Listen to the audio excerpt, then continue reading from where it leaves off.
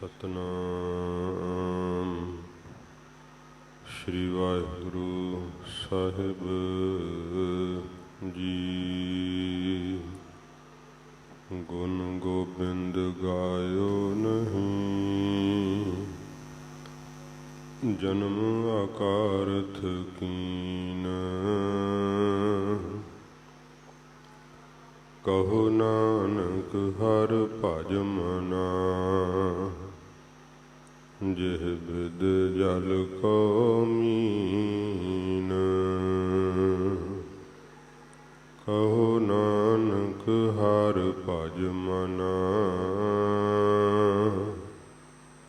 ਜਿਹ ਬਿਦ ਜਲ ਕੋ ਮੀਨ। ਸੋ ਕਹੋ ਟਲ ਗੁਰ ਸੇਵੀਐ, ਅਹਨਿਸ ਸਹਜ ਸੁਭਾਏ। ਦਰਸ਼ਨ ਪਰਸੈ ਗੁਰੂ ਕੈ, ਜਨਮ ਮਰਨ ਦੁਖ ਜਾਏ। ਦਰਸ਼ਨ ਪਰਸੈ ਗੁਰੂ ਕੈ, ਜਨਮ ਮਰਨ ਦੁਖ ਜਾਏ।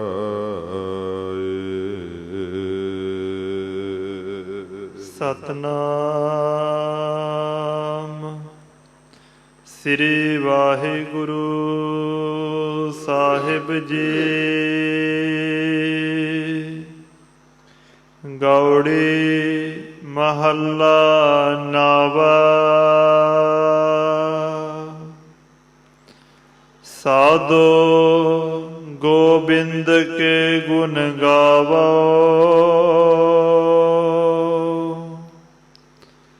ਮਾਨਸ ਜਨਮ ਅਮੋਲਕ ਪਾਇਓ। ਬਿਰਥਾ ਕਾਹੇ ਗਵਾਵੋ,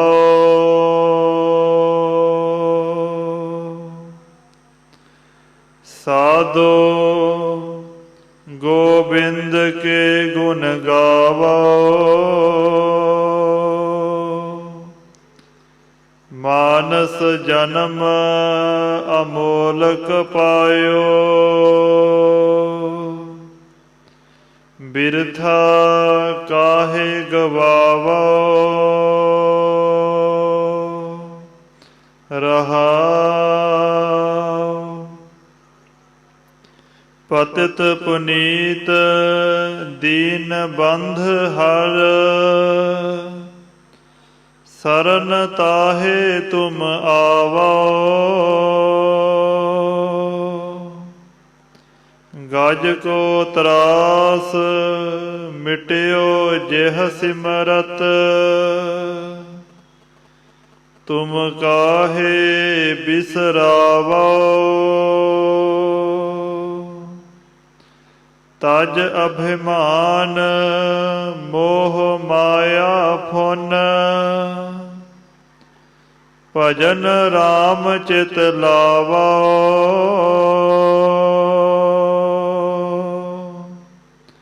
ਨਾਨਕ ਕਹਿਤ ਮੁਕਤ ਪੰਥ ਇਹੋ,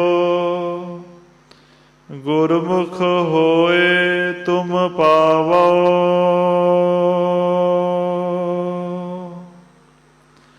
ਤਜ ਅਭਿਮਾਨ ਮੋਹ ਮਾਇਆ ਫੁਨ, ਭਜਨ ਰਾਮ ਚਿਤ ਲਾਵੋ।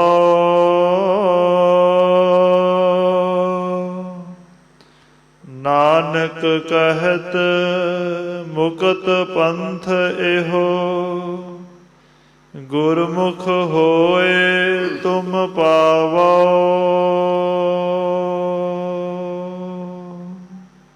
ਵਾਹਿਗੁਰੂ ਜੀ ਕਾ ਖਾਲਸਾ, ਵਾਹਿਗੁਰੂ ਜੀ ਕੀ ਫਤਿਹ। ਸੱਚੇ ਪਾਤਸ਼ਾਹ ਜਾਗਦੀ ਜੋਤ ਧੰਨ ਸਾਹਿਬ ਸ਼੍ਰੀ ਗੁਰੂ ਗ੍ਰੰਥ ਸਾਹਿਬ ਜੀ ਮਹਾਰਾਜ ਹਜ਼ੂਰ ਦੀ ਪਰਮ ਦਇਆ ਸਦਕਾ ਸਤਸੰਗਤ ਦਾ ਪਵਿੱਤਰ ਸੁਭਾਗ ਸਮਾਂ ਆਪਾਂ ਨੂੰ ਪ੍ਰਾਪਤ ਹੋਇਆ ਹੈ। ਸੱਚੇ ਪਾਤਸ਼ਾਹ ਧੰਨ ਗੁਰੂ ਤੇਗ ਬਹਾਦਰ ਸਾਹਿਬ ਜੀ ਮਹਾਰਾਜ ਹਜ਼ੂਰ ਦਾ ਪਵਿੱਤਰ ਆਗਮਨ ਪੁਰਬ ਮਨਾਉਂਦਿਆਂ ਹੋਇਆਂ ਪਵਿੱਤਰ ਬਾਣੀ ਦੀ ਲੜੀਵਾਰ ਕਥਾ ਆਰੰਭ ਹੋਈ ਹੈ।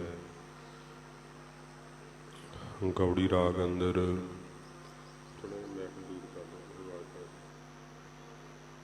ਸੱਚੇ ਪਾਤਸ਼ਾਹ ਜੀ ਜੋ ਸਾਡੇ ਤਾਈਂ ਸਿੱਖਿਆ ਦਿੰਦੇ ਹੈ, ਉਪਦੇਸ਼ ਬਖਸ਼ਿਸ਼ ਕਰਦੇ ਆ। ਗਰੀਬ ਨਵਾਜ ਤਕਰੀਬਨ 4 ਸ਼ਬਦਾਂ ਦੀ ਸੰਪੂਰਨਤਾ ਹੋਈ ਹੈ।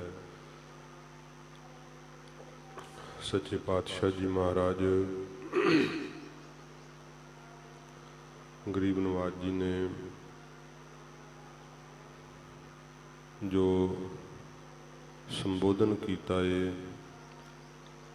ਸਾਧੂ ਪੁਰਖਾਂ ਨੂੰ ਕਿ ਸਾਧੋ ਮਨ ਕਾ ਮਾਨ ਤਿਆਗੋ, ਆਪਣੇ ਮਨ ਵਿੱਚੋਂ ਹੰਕਾਰ ਦਾ ਤਿਆਗ ਕਰੋ।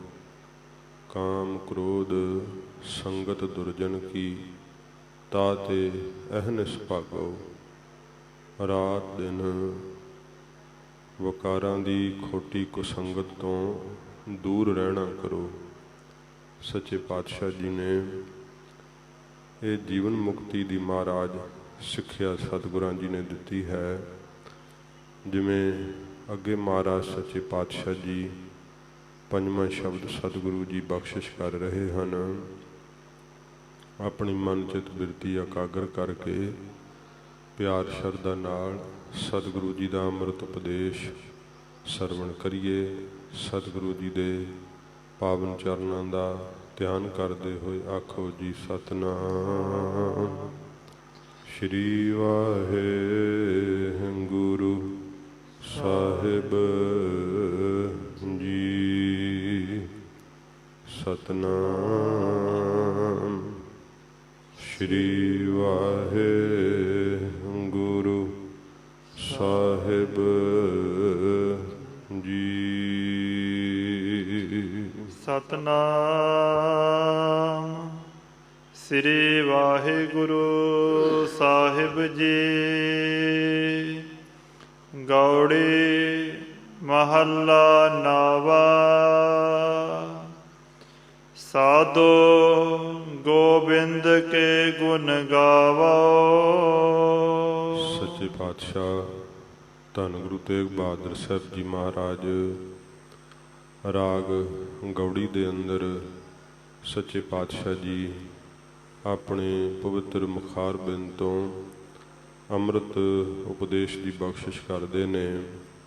ਸਿੱਖਾਂ ਨੇ ਮਹਾਰਾਜ ਜੀ ਨੂੰ ਬੇਨਤੀ ਕਰਕੇ ਪੁੱਛਿਆ ਏ, ਸੱਚੇ ਪਾਤਸ਼ਾਹ ਜੋ ਮੁਕਤੀ ਦਾ ਮਾਰਗ ਹੈ ਉਹ ਕਿਹੜਾ ਹੈ? ਤੇ ਮਹਾਰਾਜ ਮੋਕਸ਼ ਦੀ ਪ੍ਰਾਪਤੀ ਕਿਵੇਂ ਹੁੰਦੀ ਹੈ?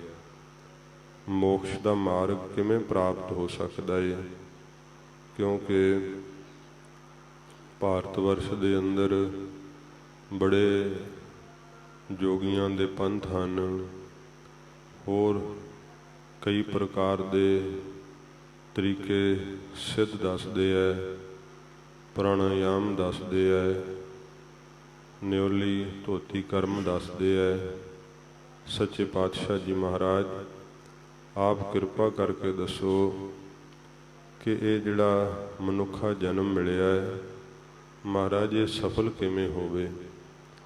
ਮਹਾਰਾਜ ਕਿਵੇਂ ਮੋਕਸ਼ ਨੂੰ ਪ੍ਰਾਪਤ ਹੋ ਸਕੀਦਾ ਹੈ? ਤੋ ਸੱਚੇ ਪਾਤਸ਼ਾਹ ਜੀ ਮਹਾਰਾਜ ਹਜ਼ੂਰ ਸਿੱਖਾਂ ਦੀ ਬੇਨਤੀ ਸੁਣ ਕੇ ਮਹਾਰਾਜ ਫਰਮਾਉਂਦੇ ਹਨ, ਸਾਧੋ ਗੋਬਿੰਦ ਕੇ ਗੁਣ ਗਾਵੋ। ਹਜ਼ੂਰ ਕਹਿੰਦੇ ਨੇ ਇਹ ਸਾਧੋ ਸ੍ਰੇਸ਼ਟ ਜਨੋ ਜੋ ਗੋ ਇੰਦਰੀਆਂ ਦਾ ਬਿੰਦ ਪ੍ਰਕਾਸ਼ਕ ਹੈ ਨਾ ਵਾਹਿਗੁਰੂ, ਜਿਹਦੇ ਪ੍ਰਕਾਸ਼ ਕਰਕੇ ਅੱਖਾਂ ਵੇਖਦੀਆਂ, ਕੰਨਾਂ ਵਿੱਚ ਸੁਣਨ ਦੀ ਸ਼ਕਤੀ ਹੈ, ਜੋ ਇੰਦਰੀਆਂ ਦਾ ਪ੍ਰਕਾਸ਼ਕ ਹੈ, ਉਸ ਗੋਬਿੰਦ ਦੇ ਵਾਹਿਗੁਰੂ ਦੇ ਗੁਣਾਂ ਨੂੰ ਮਹਾਰਾਜ ਕਹਿੰਦੇ ਭਾਈ ਆਪਣੇ ਮੁਖ ਤੋਂ ਗਾਉਣਾ ਕਰੋ, ਆਪਣੇ ਹਿਰਦੇ ਵਿੱਚ ਵੀ ਉਸ ਦੇ ਗੁਣਾਂ ਨੂੰ ਧਾਰਨ ਕਰੋ। ਵਾਹਿਗੁਰੂ ਦੇ ਗੁਣ ਸਤਿਗੁਰੂ ਜੀ ਕਹਿੰਦੇ ਭਾਈ ਗਾਉਣਾ ਕਰੋ। ਮਾਨਸ ਜਨਮ ਅਮੋਲਕ ਪਾਇਓ। ਕਿਉਂਕਿ ਇਹ ਜਿਹੜਾ ਮਨੁੱਖਾ ਜਨਮ ਹੈ ਇਹ ਬੜਾ ਹੀ ਅਮੋਲਕ ਪ੍ਰਾਪਤ ਹੋਇਆ ਹੈ, ਇਹ ਬਾਰ-ਬਾਰ ਨਹੀਂ ਪ੍ਰਾਪਤ ਹੁੰਦਾ।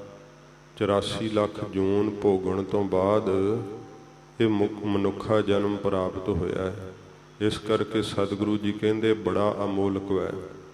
ਕਬੀਰ ਸਾਹਿਬ ਜੀ ਨੇ ਵੀ ਕਿਹਾ ਨਾ ਕਿ ਕਬੀਰ ਮਾਨਸ ਜਨਮ ਦੁਲੰਭ ਹੈ, ਹੋਏ ਨਾ ਬਾਰੰਬਾਰ, ਜਿਉਂ ਬਨ ਫਲ ਪਾ ਕੇ ਭੋਏ ਗਿਰੇ, ਬਹੁਰ ਨਾ ਲਾਗੈ ਡਾਰ। ਇਹ ਬਹੁਰੋਂ ਨਹੀਂ ਪ੍ਰਾਪਤ ਹੋਣਾ।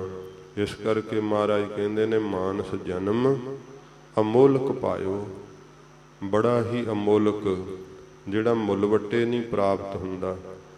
ਬੜੀ ਇਹ ਦੁਰਲੱਭ ਦੇ ਹੈ, ਕਠਨ ਲੱਭਣ ਵਾਲੀ, ਬੜੀ ਔਖੀ ਤੇਰੇ ਹੱਥ ਆਈ ਹੈ। ਸਤਿਗੁਰੂ ਜੀ ਕਹਿੰਦੇ ਇਸ ਨੂੰ ਤੂੰ ਪਾਇਆ ਹੈ, ਪ੍ਰਾਪਤ ਕੀਤਾ ਹੈ, ਤੇ ਫਿਰ ਕੀ ਕਰ? ਸਾਧੋ ਗੋਬਿੰਦ ਕੇ ਗੁਣ ਗਾਵੋ।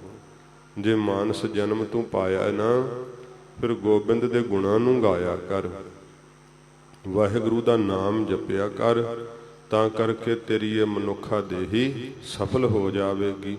ਇਹ ਮਨੁੱਖਾ ਜਨਮ ਤਾਂ ਬੜਾ ਹੀ ਅਮੋਲਕ ਪਾਇਆ ਏ। ਬਿਰਥਾ ਕਾਹੇ ਗਵਾਵੋ। ਤੇ ਭਜਨ ਤੋਂ ਬਿਨਾ ਮਹਾਰਾਜ ਕਹਿੰਦੇ ਇਹਨੂੰ ਐਵੇਂ ਬਕਾਰਾਂ ਵਿੱਚ ਵਿਅਰਥ ਕਿਉਂ ਗਵਾ ਰਿਹਾ ਹੈ, ਅਜਾਈ ਕਿਉਂ ਗਵਾ ਰਿਹਾ ਹੈ, ਨਿਸਫਲ ਕਿਉਂ ਗਵਾ ਰਿਹਾ ਹੈ। ਜੇ ਸਰੀਰ ਕਰਕੇ ਰਸ ਭੋਗੀ ਜਾਈਏ ਤੇ ਪੁੱਛੀਏ ਕਿ ਮੋਕਸ਼ ਦਾ ਰਸਤਾ ਕਿਹੜਾ ਹੈ, ਫਿਰ ਮੋਕਸ਼ ਦਾ ਮਾਰਗ ਨਹੀਂ ਪ੍ਰਾਪਤ ਹੁੰਦਾ। ਮਹਾਰਾਜ ਕਹਿੰਦੇ ਮੋਕਸ਼ ਦਾ ਮਾਰਗ ਤਾਂ ਹੀ ਪ੍ਰਾਪਤ ਹੋ ਸਕਦਾ ਨਾ ਜੇ ਗੋਬਿੰਦ ਦੇ ਗੁਣ ਗਾਓ, ਤਾਂ ਵਾਹਿਗੁਰੂ ਦੇ ਜਸ ਨੂੰ ਆਪਣੀ ਰਸਨਾ ਤੋਂ ਗਾਓ, ਤਾਂ ਫਿਰ ਹੀ ਤਾਂ ਮੁਕਤੀ ਦਾ ਰਸਤਾ ਲੱਭੇਗਾ ਨਾ। ਜੇ ਕਰਕੇ ਤੁਹਾਨੂੰ ਆਪਣੇ ਇਸ ਮਨੁੱਖਾ ਜਨਮ ਦੀ ਕੀਮਤ ਹੀ ਨਹੀਂ ਪਤਾ ਲੱਗੀ, ਇਹਨੂੰ ਐਵੇਂ ਵਿਸ਼ਿਆਂ ਵਿਕਾਰਾਂ ਦੀ ਕੌਡੀਆਂ ਦੇ ਭਾਅ ਗਵਾਈ ਜਾਂਦੇ ਆ, ਤੇ ਫਿਰ ਕਿਵੇਂ ਮੋਕਸ਼ ਦਾ ਪੰਥ ਮਿਲ ਜਾਵੇਗਾ? ਫਿਰ ਨਹੀਂ ਮੁਕਤੀ ਦਾ ਮਾਰਗ ਪ੍ਰਾਪਤ ਹੋਣਾ। ਸੱਚੇ ਪਾਤਸ਼ਾਹ ਜੀ ਮਹਾਰਾਜ ਕਹਿੰਦੇ ਨੇ ਕਿ ਹੀਰਾ ਜਨਮ ਅਮੋਲ ਹੈ। ਭਗਤ ਕਬੀਰ ਸਾਹਿਬ ਜੀ ਦੇ ਵਾਕ ਨੇ, ਕੌਡੀ ਬਦਲੈ ਜਾਏ।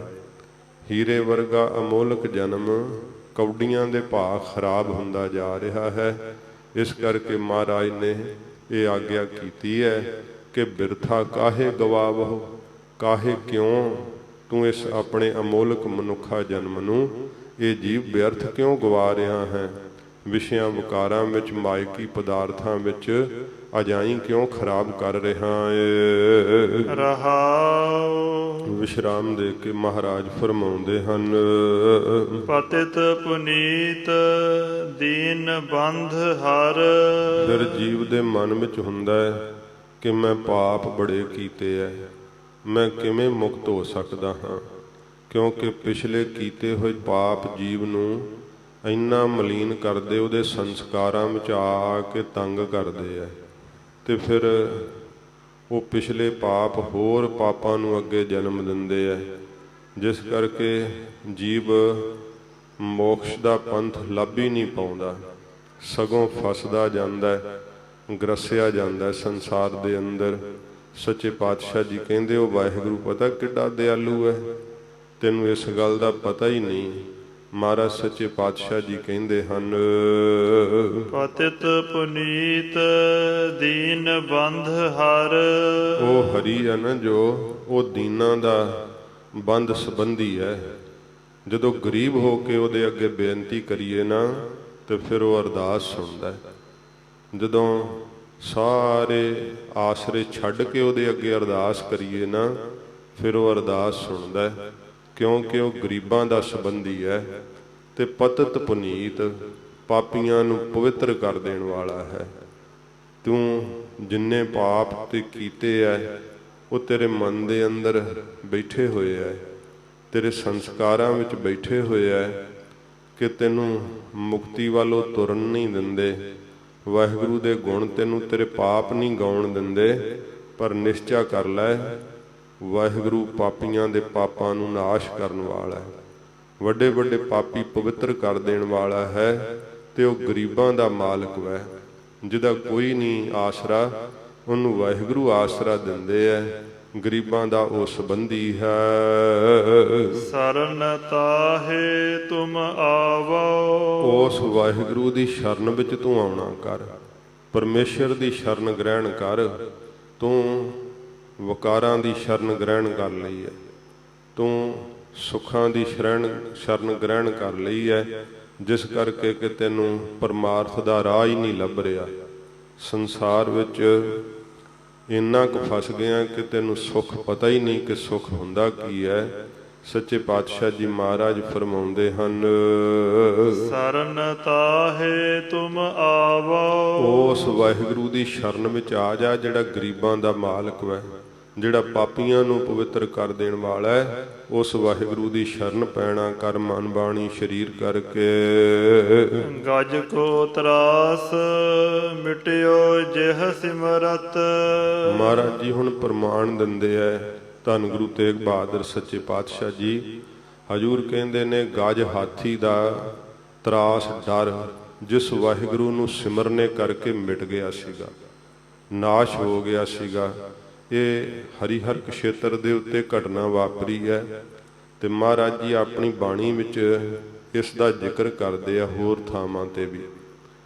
ਇਹ ਦੋਵੇਂ ਦੇਵਤਿਆਂ ਦੇ ਗੰਧਰਵ ਰਾਗੀ ਸੀਗੇ, ਤੇ ਇਹਨਾਂ ਨੂੰ ਦੈਬਲ ਮੁਨੀ ਦਾ ਸਰਾਪ ਹੋਇਆ ਸੀ। ਇੱਕ ਮਰ ਕੇ ਹਾਥੀ ਬਣਿਆ ਸੀ, ਇੱਕ ਤੰਦੂਆ ਬਣਿਆ ਸੀ, ਤੇ ਉਹ ਪਿਛਲੇ ਜਨਮ ਦਾ ਵੈਰ ਹੋਣ ਕਰਕੇ ਜਦੋਂ ਹਾਥੀ, ਇਹ ਪਟਨਾ ਸਾਹਿਬ ਤੋਂ 8 ਕੋਹ ਦੀ ਦੂਰੀ ਤੇ ਹੈ ਇਹ ਸਥਾਨ ਹਰੀਹਰ ਖੇਤਰ ਦਾ, ਜਿੱਥੇ ਪਾਣੀ ਪੀਣ ਲਈ, ਜਦੋਂ ਇਹ ਪਾਣੀ ਦੀ ਪਿਆਸ ਵਾਸਤੇ ਆਇਆ ਨਾ, ਪੀਣ ਲਈ ਪਾਣੀ, ਉਸ ਸਮੇਂ ਉਤਰਿਆ ਜਦੋਂ ਤਲਾਬ ਦੇ ਅੰਦਰ ਤੇ ਪਾਣੀ ਪੀਣ ਲੱਗਾ, ਉਸ ਸਮੇਂ ਤੰਦੂਏ ਨੇ ਇਹਦੀਆਂ ਲੱਤਾਂ ਨੂੰ ਆਪਣੀਆਂ ਤਾਰਾਂ ਦਾ ਜਾਲ ਪਾ ਲਿਆ, ਤੇ ਫਿਰ ਇਹਨੂੰ ਪਾਣੀ ਦੇ ਵਿੱਚ ਡੋਬ ਕੇ ਮਾਰਨ ਲੱਗਾ। ਜਦੋਂ ਵੇਖਿਆ ਸਾਥੀ ਹੋਰ ਜਿਹੜੇ ਸੀ, ਇਹਦਾ ਪਰਿਵਾਰ ਹਾਥੀ ਦਾ ਨਾਲ ਸੀ, ਉਹ ਸਾਰੇ ਹੀ ਪਿੱਛੇ ਹਟ ਗਏ, ਕੋਈ ਸਹਾਇਤਾ ਨਾ ਹੁੰਦੀ ਵੇਖ ਕਰਕੇ। ਫਿਰ ਕਮਲ ਫੁੱਲ ਸੀਗਾ ਇੱਕ ਲਾਗੇ, ਇੱਕ ਸੋਨੀ ਇਹਦੀ ਬਾਹਰ ਰਹਿ ਗਈ ਸੀ। ਇਹਨੇ ਸੁੰਡ ਦੇ ਨਾਲ ਫਿਰਨਾ, ਉਸ ਕਮਲ ਫੁੱਲ ਨੂੰ ਤੋੜ ਕੇ ਤੇ ਪਰਮੇਸ਼ਰ ਦੇ ਅਰਪਣ ਕੀਤਾ। ਵਾਹਿਗੁਰੂ ਨੂੰ ਅਰਾਧਿਆ ਕਿ ਇਹ ਪਰਮੇਸ਼ਰ, ਤੇਰੇ ਤੋਂ ਬਿਨਾਂ ਮੇਰੀ ਕੋਈ ਸਹਾਇਤਾ ਨਹੀਂ ਕਰ ਸਕਦਾ।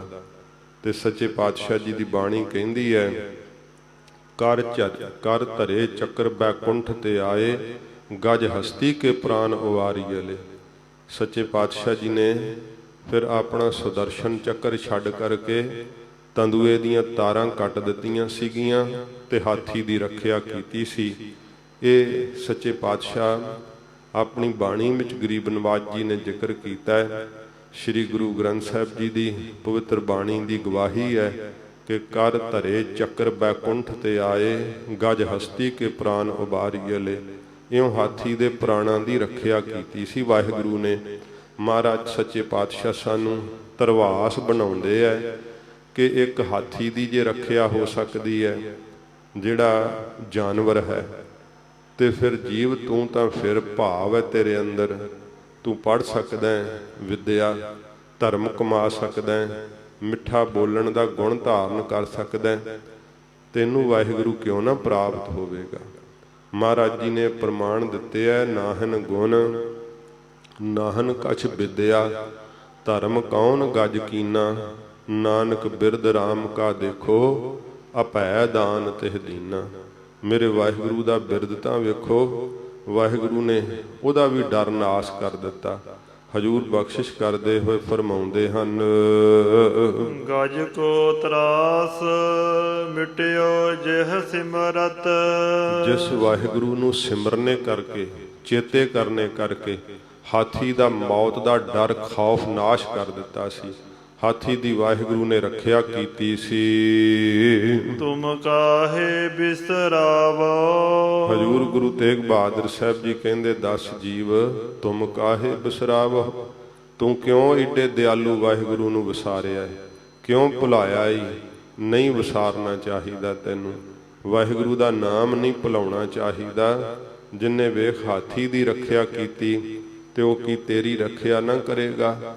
ਇਉਂ ਸੱਚੇ ਪਾਤਸ਼ਾਹ ਜੀ ਮਹਾਰਾਜ ਕਹਿੰਦੇ ਐ ਕਿ ਤੂੰ ਉਸ ਵਾਹਿਗੁਰੂ ਨੂੰ ਵਿਸਾਰ ਨਾ, ਭੁਲਾ ਨਾ। ਇਸੇ ਪ੍ਰਕਾਰ ਹੀ ਗਜ ਕੋ ਤਰਾਸ ਮਿਟਿਓ ਜਿਹ ਸਿਮਰਤ।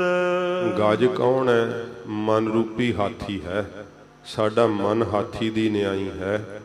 ਕਿਉਂਕਿ ਜਿਵੇਂ ਹਾਥੀ ਅਮੋੜ ਹੁੰਦਾ ਹੈ ਨਾ, ਇਹ ਆਖੇ ਨਹੀਂ ਲੱਗਦਾ, ਕੁੰਡੇ ਦੇ ਨਾਲ ਇਹਨੂੰ ਚਲਾਉਣਾ ਪੈਂਦਾ ਹੈ। ਤੇ ਫਿਰ ਮਹਾਵਤ ਜਿੱਧਰ ਨੂੰ ਕੁੰਡਾ ਮਾਰਦਾ ਫਿਰ ਇਹਨੂੰ ਪਤਾ ਲੱਗਦਾ ਕਿ ਇਸ ਪਾਸੇ ਚੱਲਣਾ ਹੈ। ਇਹ ਹਾਥੀ ਦੀ ਤਰ੍ਹਾਂ ਅਮੋੜ ਹੈ, ਸ਼ੁਭ ਗੁਣਾਂ ਦੇ ਫੁੱਲਾਂ ਨੂੰ ਤੋੜ ਦਿੰਦਾ ਏ।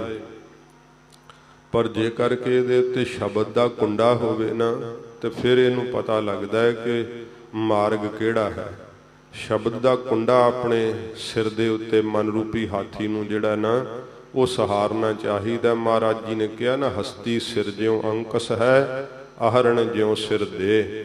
ਜਿਵੇਂ ਹਾਥੀ ਆਪਣੇ ਸਿਰ ਦੇ ਉੱਤੇ ਕੁੰਡਾ ਸਹਾਰਦਾ ਨਾ, ਇਵੇਂ ਗੁਰੂ ਜੀ ਦੇ ਸ਼ਬਦ ਦਾ ਵਾਰ ਕੁੰਡਾ ਆਪਣੇ ਜਿਹੜਾ ਨਾ ਮਨ ਦੇ ਉੱਤੇ ਸਹਾਰਨਾ ਕਰ। ਫਿਰ ਤੈਨੂੰ ਰਸਤਾ ਪਤਾ ਲੱਗਣਾ ਕਿ ਕਿੱਧਰ ਨੂੰ ਤੁਰਨਾ ਹੈ। ਫਿਰ ਜਿਹੜਾ ਇਹ ਮਨ ਰੂਪੀ ਹਾਥੀ ਹੈ, ਇਹਨੂੰ ਅਗਿਆਨ ਰੂਪੀ ਤੰਦੂਏ ਨੇ ਆਪਣੀਆਂ ਜਿਹੜੀਆਂ ਨਾ ਵਾਸ਼ਨਾ ਰੂਪੀ ਤਾਰਾਂ ਪਾਈਆਂ ਹੋਈਆਂ ਨੇ। ਅਗਿਆਨ ਰੂਪੀ ਤੰਦੂਏ ਨੇ ਵਾਸ਼ਨਾ ਰੂਪੀ ਤਾਰਾਂ ਪਾ ਕਰਕੇ ਤੇ ਜਿਹੜਾ ਵਕਾਰਾਂ ਦਾ ਸੁੱਖ ਹੈ ਇਹਦੇ ਵਿੱਚ ਇਹ ਪਾਣੀ ਹੈ, ਤੇ ਇਸ ਸੰਸਾਰ ਰੂਪੀ ਤਲਾਬ ਦੇ ਅੰਦਰ ਵਕਾਰਾਂ ਦੇ ਸੁੱਖ ਰੂਪੀ ਪਾਣੀ ਦੇ ਅੰਦਰ ਡੋਬ ਕੇ ਮਾਰਨਾ ਚਾਹੁੰਦਾ ਅਗਿਆਨ ਰੂਪੀ ਤੰਦੂਆ। ਤੇ ਫਿਰ ਜਿਹੜੇ ਵਾਹਿਗੁਰੂ ਨੂੰ ਅਰਾਧਦੇ ਐ, ਪਰਮੇਸ਼ਰ ਨੂੰ ਅਰਾਧਦੇ ਐ, ਤੇ ਸੁਦਰਸ਼ਨ ਚੱਕਰ ਕਿਹੜਾ ਹੈ? ਵਾਹਿਗੁਰੂ ਸਿਮਰਨ ਦਾ ਚੱਕਰ ਅੰਦਰ ਚਲਾਉਣਾ। ਜਦੋਂ ਵਾਹਿਗੁਰੂ ਵਾਹਿਗੁਰੂ ਵਾਹਿਗੁਰੂ ਸਿਮਰਨ ਦਾ ਚੱਕਰ ਚੱਲਦਾ ਹੈ ਨਾ, ਫਿਰ ਅਗਿਆਨ ਰੂਪੀ ਤੰਦੂਏ ਦੀਆਂ ਜਿਹੜੀਆਂ ਵਾਸ਼ਨਾ ਰੂਪੀ ਤਾਰਾਂ ਪਾਈਆਂ ਨਾ, ਇਹ ਕੱਟੀਆਂ ਜਾਂਦੀਆਂ, ਇਹ ਨਾਸ਼ ਹੋ ਜਾਂਦੀਆਂ। ਫਿਰ ਮਨ ਰੂਪੀ ਹਾਥੀ ਜਦੋਂ ਆਪਣੀ ਭਾਵਨਾ ਰੂਪੀ ਸੁੰਡ ਦੇ ਅੰਦਰ ਸ਼ਰਧਾ ਰੂਪੀ ਫੁੱਲ ਵਾਹਿਗੁਰੂ ਦੇ ਅੱਗੇ ਭੇਟ ਕਰਦਾ ਨਾ, ਉਸੇ ਸਮੇਂ ਫਿਰ ਮਹਾਰਾਜ ਦਾ ਸਿਮਰਨ ਰੂਪੀ ਚੱਕਰ ਜਿਹੜਾ ਹੈ ਇਹ ਅਗਿਆਨ ਰੂਪੀ ਤੰਦੂਏ ਦੀਆਂ ਵਾਸ਼ਨਾ ਰੂਪੀ ਤਾਰਾਂ ਨੂੰ ਕੱਟ ਦਿੰਦਾ ਹੈ ਤੇ ਜੀਵ ਆਜ਼ਾਦ ਹੋ ਜਾਂਦਾ ਹੈ। ਜੀਵ ਰੂਪੀ ਹਾਥੀ ਉਸ ਸਮੇਂ ਛੁਟਕ ਜਾਂਦਾ ਹੈ। ਇਹ ਸੱਚੇ ਪਾਤਸ਼ਾਹ ਜੀ ਮਹਾਰਾਜ ਕਹਿੰਦੇ ਵਾਹਿਗੁਰੂ ਐਡਾ ਦਿਆਲੂ ਹੈ। ਸੱਚੇ ਪਾਤਸ਼ਾਹ ਜੀ ਕਹਿੰਦੇ ਤੇਰੇ ਮਨ ਰੂਪੀ ਹਾਥੀ ਨੂੰ ਵਕਾਰਾਂ ਰੂਪੀ ਪਾਣੀ ਦੇ ਵਿੱਚੋਂ, ਇਸ ਸੰਸਾਰ ਰੂਪੀ ਤਲਾਬ ਦੇ ਵਿੱਚੋਂ ਡੁੱਬਣੋਂ ਬਚਾ ਲਵੇਗਾ। ਤੁਮ ਕਾਹੇ ਬਿਸਰਾਵੋ। ਤੂੰ ਕਿਉਂ ਵਿਸਾਰ ਦਿੱਤਾ ਹੈ? ਕਹਾਂ ਵਿਸਾਰਿਓ RAM ਨਾਮ, ਤਨ ਛੂਟੇ ਜਮ ਸਿਉ ਪਰੈ ਕਾਮ। ਵੇਖ ਲੈ ਜਦੋਂ ਸਰੀਰ ਛੁੱਟ ਗਿਆ ਫਿਰ ਜਮ ਨਾਲ ਤੇਰਾ ਕੰਮ ਪੈਣਾ ਹੈ। ਮਨ ਕਹਾਂ ਵਿਸਾਰਿਓ RAM ਨਾਮ। ਹੇ ਮਨਾ ਤੂੰ ਕਿੱਥੇ ਭੁਲਾ ਛੱਡਿਆ ਈ ਵਾਹਿਗੁਰੂ ਦਾ ਨਾਮ। ਐਸੇ ਵਾਹਿਗੁਰੂ ਨੂੰ ਭੁਲਾ ਨਾ, ਵਿਸਾਰ ਨਾ, ਚੇਤੇ ਕਰਨਾ ਕਰ। ਤਜ ਅਭਿਮਾਨ ਮੋਹ ਮਾਇਆ ਫਨ। ਫਿਰ ਆਪਣੇ ਅੰਦਰੋਂ ਅਭਿਮਾਨ ਛੱਡ ਦੇ। ਜਿਹੜਾ ਤੇਰੇ ਅੰਦਰ ਗੁਣਾਂ ਦਾ ਮਾਣ ਫੁਰਦਾ ਰਹਿੰਦਾ ਨਾ ਕਿ ਮੈਂ ਬੜਾ ਗੁਣੀ ਹਾਂ, ਮੇਰੇ ਵਿੱਚ ਬੜੇ ਸਦਗੁਣ ਹਨ, ਮੈਂ ਬੜਾ ਚੰਗਾ ਹਾਂ, ਮਹਾਰਾਜ ਕਹਿੰਦੇ ਇਹ ਛੱਡ ਦੇ, ਤਿਆਗ ਦੇ। ਵੇਖ ਜਦੋਂ ਤੇਰੇ ਕੋਲ ਇੱਕ ਅੱਧੀ ਚੰਗਿਆਈ ਹੈ ਤੇ ਮਨ ਚਿੱਤ ਬਹੁਤ ਬਫਾਵਾ, ਮਨ ਦੇ ਅੰਦਰ ਹੰਕਾਰ ਹੀ ਕਰੀ ਜਾਂਦਾ। ਵਾਹਿਗੁਰੂ ਕੋਲ ਇੰਨੀਆਂ ਚੰਗਿਆਈਆਂ ਨੇ, ਇੰਨੇ ਵਾਹਿਗੁਰੂ ਦੇ ਕੋਲ ਗੁਣ ਨੇ, ਫਿਰ ਵੀ ਉਹ ਕਦੇ ਜਣਾਉਂਦਾ ਨਹੀਂ ਹੈ ਪਰਮੇਸ਼ਰ। ਇਸ ਕਰਕੇ ਸੱਚੇ ਪਾਤਸ਼ਾਹ ਜੀ ਕਹਿੰਦੇ ਹਨ ਤਜ ਅਭਿਮਾਨ ਮੋਹ ਮਾਇਆ ਫੁਨ। ਫਿਰ ਫੁਨ ਬੌੜੋ ਮਾਇਆ ਦਾ, ਜਿਹੜੀ ਛਲ ਰੂਪੀ ਮਾਇਆ ਨਾ, ਇਹਦੇ ਪਦਾਰਥ ਜਿਹੜੇ ਛਲਦੇ ਆ ਤੈਨੂੰ, ਇਹਦਾ ਮਹਾਰਾਜ ਕਹਿੰਦੇ ਮੋਹ ਛੱਡ ਦੇ। ਆਪਣੇ ਅੰਦਰੋਂ ਹੰਕਾਰ ਦਾ ਤਿਆਗ ਕਰ ਦੇ। ਬੜੋ ਜਿਹੜੇ ਮਾਇਕੀ ਪਦਾਰਥ ਜਿਹੜੇ ਛਲ ਰੂਪ ਤੈਨੂੰ ਛਲ ਰਹੇ ਐ, ਇਹਨਾਂ ਦਾ ਮੋਹ ਜਿਹੜਾ ਕਰਦਾ ਹੈ ਨਾ, ਇਹਨਾਂ ਦੀ ਜਿਹੜੀ ਮੇਰ ਜਤਾਉਣਾ ਹੈ, ਮਹਾਰਾਜ ਕਹਿੰਦੇ ਛੱਡ ਦੇ, ਸਭ ਵਾਹਿਗੁਰੂ ਦਾ ਦਿੱਤਾ ਹੋਇਆ ਏ। ਭਜਨ ਰਾਮ ਚਿਤ ਲਾਵੋ, ਵਾਹਿਗੁਰੂ ਦੇ ਭਜਨ ਵਿੱਚ ਚਿੱਤ ਲਾਉਣਾ ਕਰ। ਵੇਖ ਲਾ, ਜੇ ਭਜਨ ਵਿੱਚ ਚਿੱਤ ਨਹੀਂ ਲਾਵੇਂਗਾ ਤੇ ਮਹਾਰਾਜ ਨੇ ਕਿਹਾ ਬਿਨ ਭਜਨ ਭਜਨ ਭਜਨ ਅਹਲਾ ਜਨਮ ਗਈ। ਬਿਨਾਂ ਵਾਹਿਗੁਰੂ ਦੇ ਭਜਨ ਤੋਂ ਤੇਰਾ ਅਮੋਲਕ ਜਨਮ ਚਲੇ ਜਾਏਗਾ, ਖਰਾਬ ਹੋ ਜਾਵੇਗਾ। ਭਜਨ ਰਾਮ ਚਿਤ ਲਾਵੋ, ਵਾਹਿਗੁਰੂ ਦੇ ਭਜਨ ਵਿੱਚ ਆਪਣਾ ਚਿੱਤ ਜਿਹੜਾ ਨਾ ਮਨ ਲਾਉਣਾ ਕਰ, ਸਿਮਰਨ ਕਰਨ ਵਿੱਚ। ਨਾਨਕ ਕਹਿਤ ਮੁਕਤ ਪੰਥ ਇਹੋ, ਸਤਿਗੁਰੂ ਗੁਰੂ ਤੇਗ ਬਹਾਦਰ ਸਾਹਿਬ ਜੀ ਕਹਿੰਦੇ ਇਹੀ ਮੋਕਸ਼ ਦਾ ਰਸਤਾ ਹੈ। ਜੋ ਮੋਕਸ਼ ਦਾ ਰਸਤਾ ਸਿੱਖਾਂ ਨੇ ਪੁੱਛਿਆ ਨਾ, ਮਹਾਰਾਜ ਕਹਿੰਦੇ ਇਹੀ ਮੁਕਤੀ ਦਾ ਰਾਹ ਏ, ਵਾਹਿਗੁਰੂ ਦੇ ਸਿਮਰਨ ਦਾ। ਜੇ ਕਰਕੇ ਆਪਣੇ ਮਨ ਦੇ ਅੰਦਰੋਂ ਹੰਕਾਰ ਦਾ ਤਿਆਗ ਕਰ ਦਿੱਤਾ, ਫਿਰ ਮਾਇਕੀ ਪਦਾਰਥ ਜੋ ਛਲ ਰੂਪ ਹਨ ਉਹਨਾਂ ਦਾ ਮੋਹ ਤਿਆਗ ਦਿੱਤਾ ਤੇ ਵਾਹਿਗੁਰੂ ਜੀ ਦੇ ਨਾਮ ਨੂੰ ਚੇਤੇ ਕੀਤਾ, ਤੇ ਮਹਾਰਾਜ ਕਹਿੰਦੇ ਇਹੀ ਮੋਕਸ਼ ਦਾ ਰਸਤਾ ਹੈ। ਸਿੱਧਾ ਵਾਹਿਗੁਰੂ ਜੀ ਦੇ ਸਰੂਪ ਵਿੱਚ ਅਭੇਦ ਹੋਣ ਲਈ ਇਹੀ ਗੁਰੂ ਨਾਨਕ ਸਾਹਿਬ ਦੀ ਸਿੱਖੀ ਦਾ ਰਸਤਾ ਹੈ। ਮਹਾਰਾਜ ਧੰਨ ਗੁਰੂ ਤੇਗ ਬਹਾਦਰ ਸਾਹਿਬ ਜੀ ਕਹਿੰਦੇ ਭਾਈ ਇਹ ਸਭ ਤੋਂ ਵੱਡਾ ਮੁਕਤੀ ਦਾ ਰਸਤਾ, ਪਰਮਾਰਥ ਦਾ ਰਸਤਾ ਏ। ਗੁਰਮੁਖ ਹੋਏ ਤੁਮ ਪਾਵੋ, ਮਹਾਰਾਜ ਪਾਇਆ ਨਹੀਂ ਜਾਂਦਾ, ਚੱਲਿਆ ਨਹੀਂ ਜਾਂਦਾ ਇਸ ਰਸਤੇ ਤੇ। ਹਜੂਰ ਕਹਿੰਦੇ ਗੁਰਮੁਖ ਹੋਏ ਤੁਮ ਪਾਵੋ, ਮੁਖੀ ਗੁਰੂ ਜੀ ਤੋਂ ਉਪਦੇਸ਼ ਲੈ, ਗੁਰ ਮੰਤਰ ਲੈ, ਫਿਰ ਇਸ ਮੋਕਸ਼ ਦੇ ਰਸਤੇ ਨੂੰ ਤੂੰ ਪਾ ਸਕੇਂਗਾ। ਗੁਰਮੁਖ ਬਣ ਕਰਕੇ ਇਸ ਰਾਹ ਨੂੰ ਪਾ ਸਕੇਂਗਾ। ਗੁਰਮੁਖ ਬਣੇ ਤੋਂ ਬਿਨਾਂ ਇਸ ਰਸਤੇ ਤੇ ਨਹੀਂ ਤੁਰਿਆ ਜਾਣਾ। ਸਤਿਗੁਣ ਧਾਰਨ ਕਰ, ਜੀਵਨ ਦੀ ਕਮਾਈ ਕਰਿਆ ਕਰ। ਫਿਰ ਮਹਾਰਾਜ ਕਹਿੰਦੇ ਭਾਈ ਇਸ ਮੋਕਸ਼ ਦੇ ਰਸਤੇ ਨੂੰ ਗੁਰਮੁਖ ਬਣ ਕਰਕੇ ਤੂੰ ਪਾ ਲਵੇਂਗਾ, ਨਿਹਾਲ ਹੋਵੇਂਗਾ। ਗੌੜੀ ਮਹੱਲਾ ਨਾਵਾ, ਧੰਨ ਗੁਰੂ ਤੇਗ ਬਹਾਦਰ ਸੱਚੇ ਪਾਤਸ਼ਾਹ ਹਜੂਰ ਰਾਗ ਗੌੜੀ ਵਿੱਚ ਬਖਸ਼ਿਸ਼ ਕਰਦੇ ਹਨ। ਕੋ ਮਾਈ ਭੁੱਲਿਓ ਮਨ ਸਮਝਾਵੇ, ਇਹ ਮਨ ਜਦੋਂ ਭੁੱਲ ਜਾਂਦਾ ਹੈ, ਗਲਤੀ ਕਰਦਾ ਹੈ, ਰਹਾਉ ਦੀਆਂ ਪੰਕਤੀਆਂ ਪੜੋ। ਵੇਦ ਪੁਰਾਨ ਸਾਧ ਮਗ ਸੁਨ ਕਰ, ਇਹ ਸਾਧ ਸੰਗਤ ਜੀ ਕੀ ਹੈ ਕਿ ਬੜੇ ਸਾਰੇ ਉਪਦੇਸ਼ ਸੁਣਦਾ ਹੈ, ਪਰ ਇਹ ਭੁੱਲਿਆ ਹੋਇਆ ਸਮਝਦਾ ਹੀ ਨਹੀਂ, ਅਸਰ ਇਹਦੇ ਤੇ ਹੁੰਦਾ ਹੀ ਨਹੀਂ। ਗਿਆਨ ਦੀਆਂ ਗੱਲਾਂ ਵੀ ਸੁਣਦਾ ਰਹਿੰਦਾ ਹੈ, ਬਹੁਤ ਸਾਰਾ ਗਿਆਨ ਕਥਨ ਵੀ ਕਰਦਾ ਰਹਿੰਦਾ ਹੈ, ਪਰ ਐਡਾ ਭੁੱਲਿਆ ਹੋਇਆ ਫਿਰ ਉੱਥੇ ਹੀ ਲੱਗਾ ਰਹਿੰਦਾ ਹੈ, ਹਟਦਾ ਨਹੀਂ ਉੱਥੋਂ।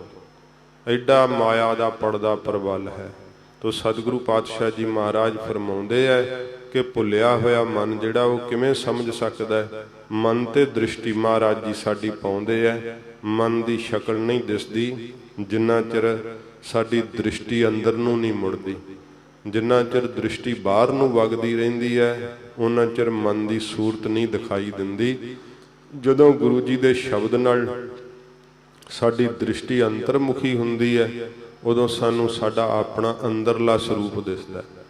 ਜੋ ਮਨੁੱਖ ਆਪਣੇ ਮੁਖ ਤੋਂ ਕਥਨੀ ਕਰਦਾ ਨਾ ਉਹ ਉਹਦਾ ਅਸਲੀ ਚਿਹਰਾ ਨਹੀਂ ਹੁੰਦਾ।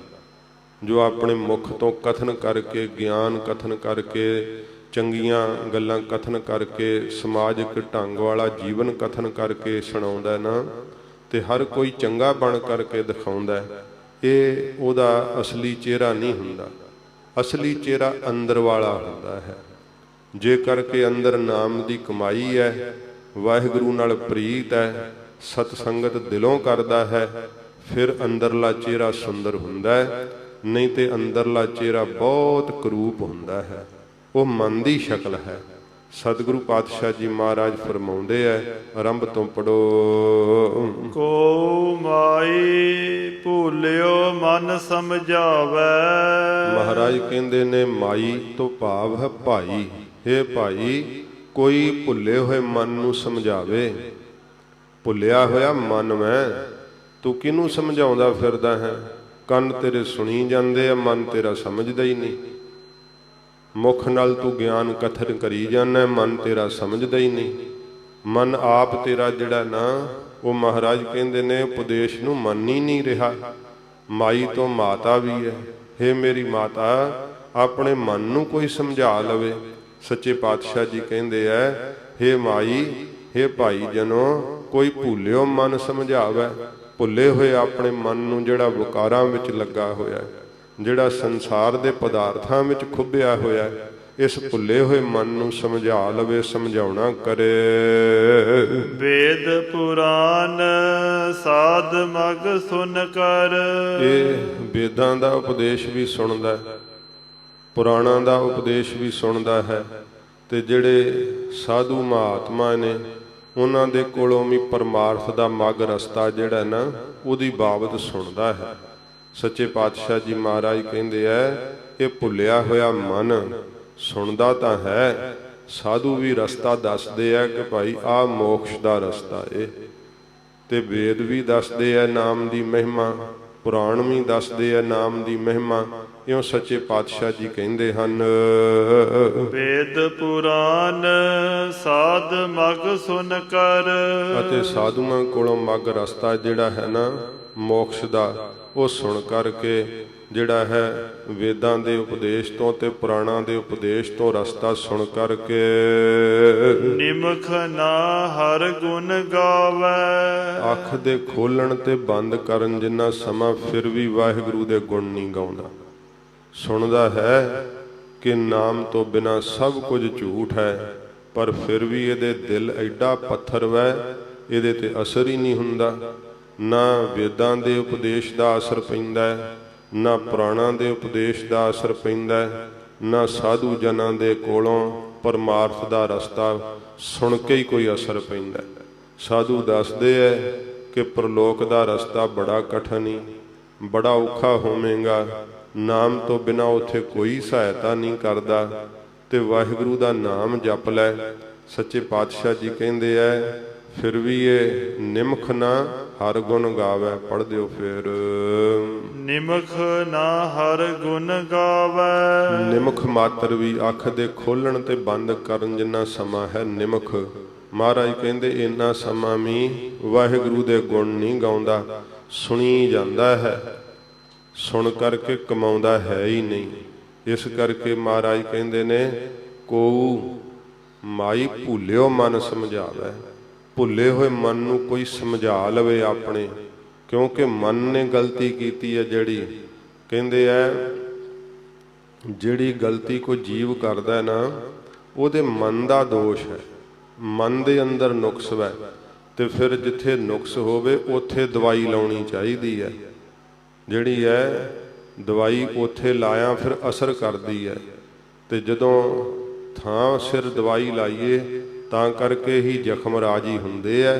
ਮਨ ਦੇ ਉੱਤੇ ਰਾਗ ਦਵੈਖ ਦੇ ਜ਼ਖਮ ਹੋਏ ਹੋਏ ਐ। ਇਸ ਕਰਕੇ ਜਿੱਥੇ ਔਗਣ ਹਨ ਮਨ ਦੇ ਅੰਦਰ ਛੁਪੇ ਹੋਏ, ਪਾਪ ਹਨ ਛੁਪੇ ਹੋਏ, ਇਸ ਮਨ ਨੂੰ ਉਪਦੇਸ਼ ਜਿਹੜਾ ਹੈ ਨਾ ਉਹ ਸੁਣਾਉਣਾ ਚਾਹੀਦਾ ਹੈ, ਮਨ ਨੂੰ ਪ੍ਰਬੋਧਣਾ ਚਾਹੀਦਾ ਹੈ।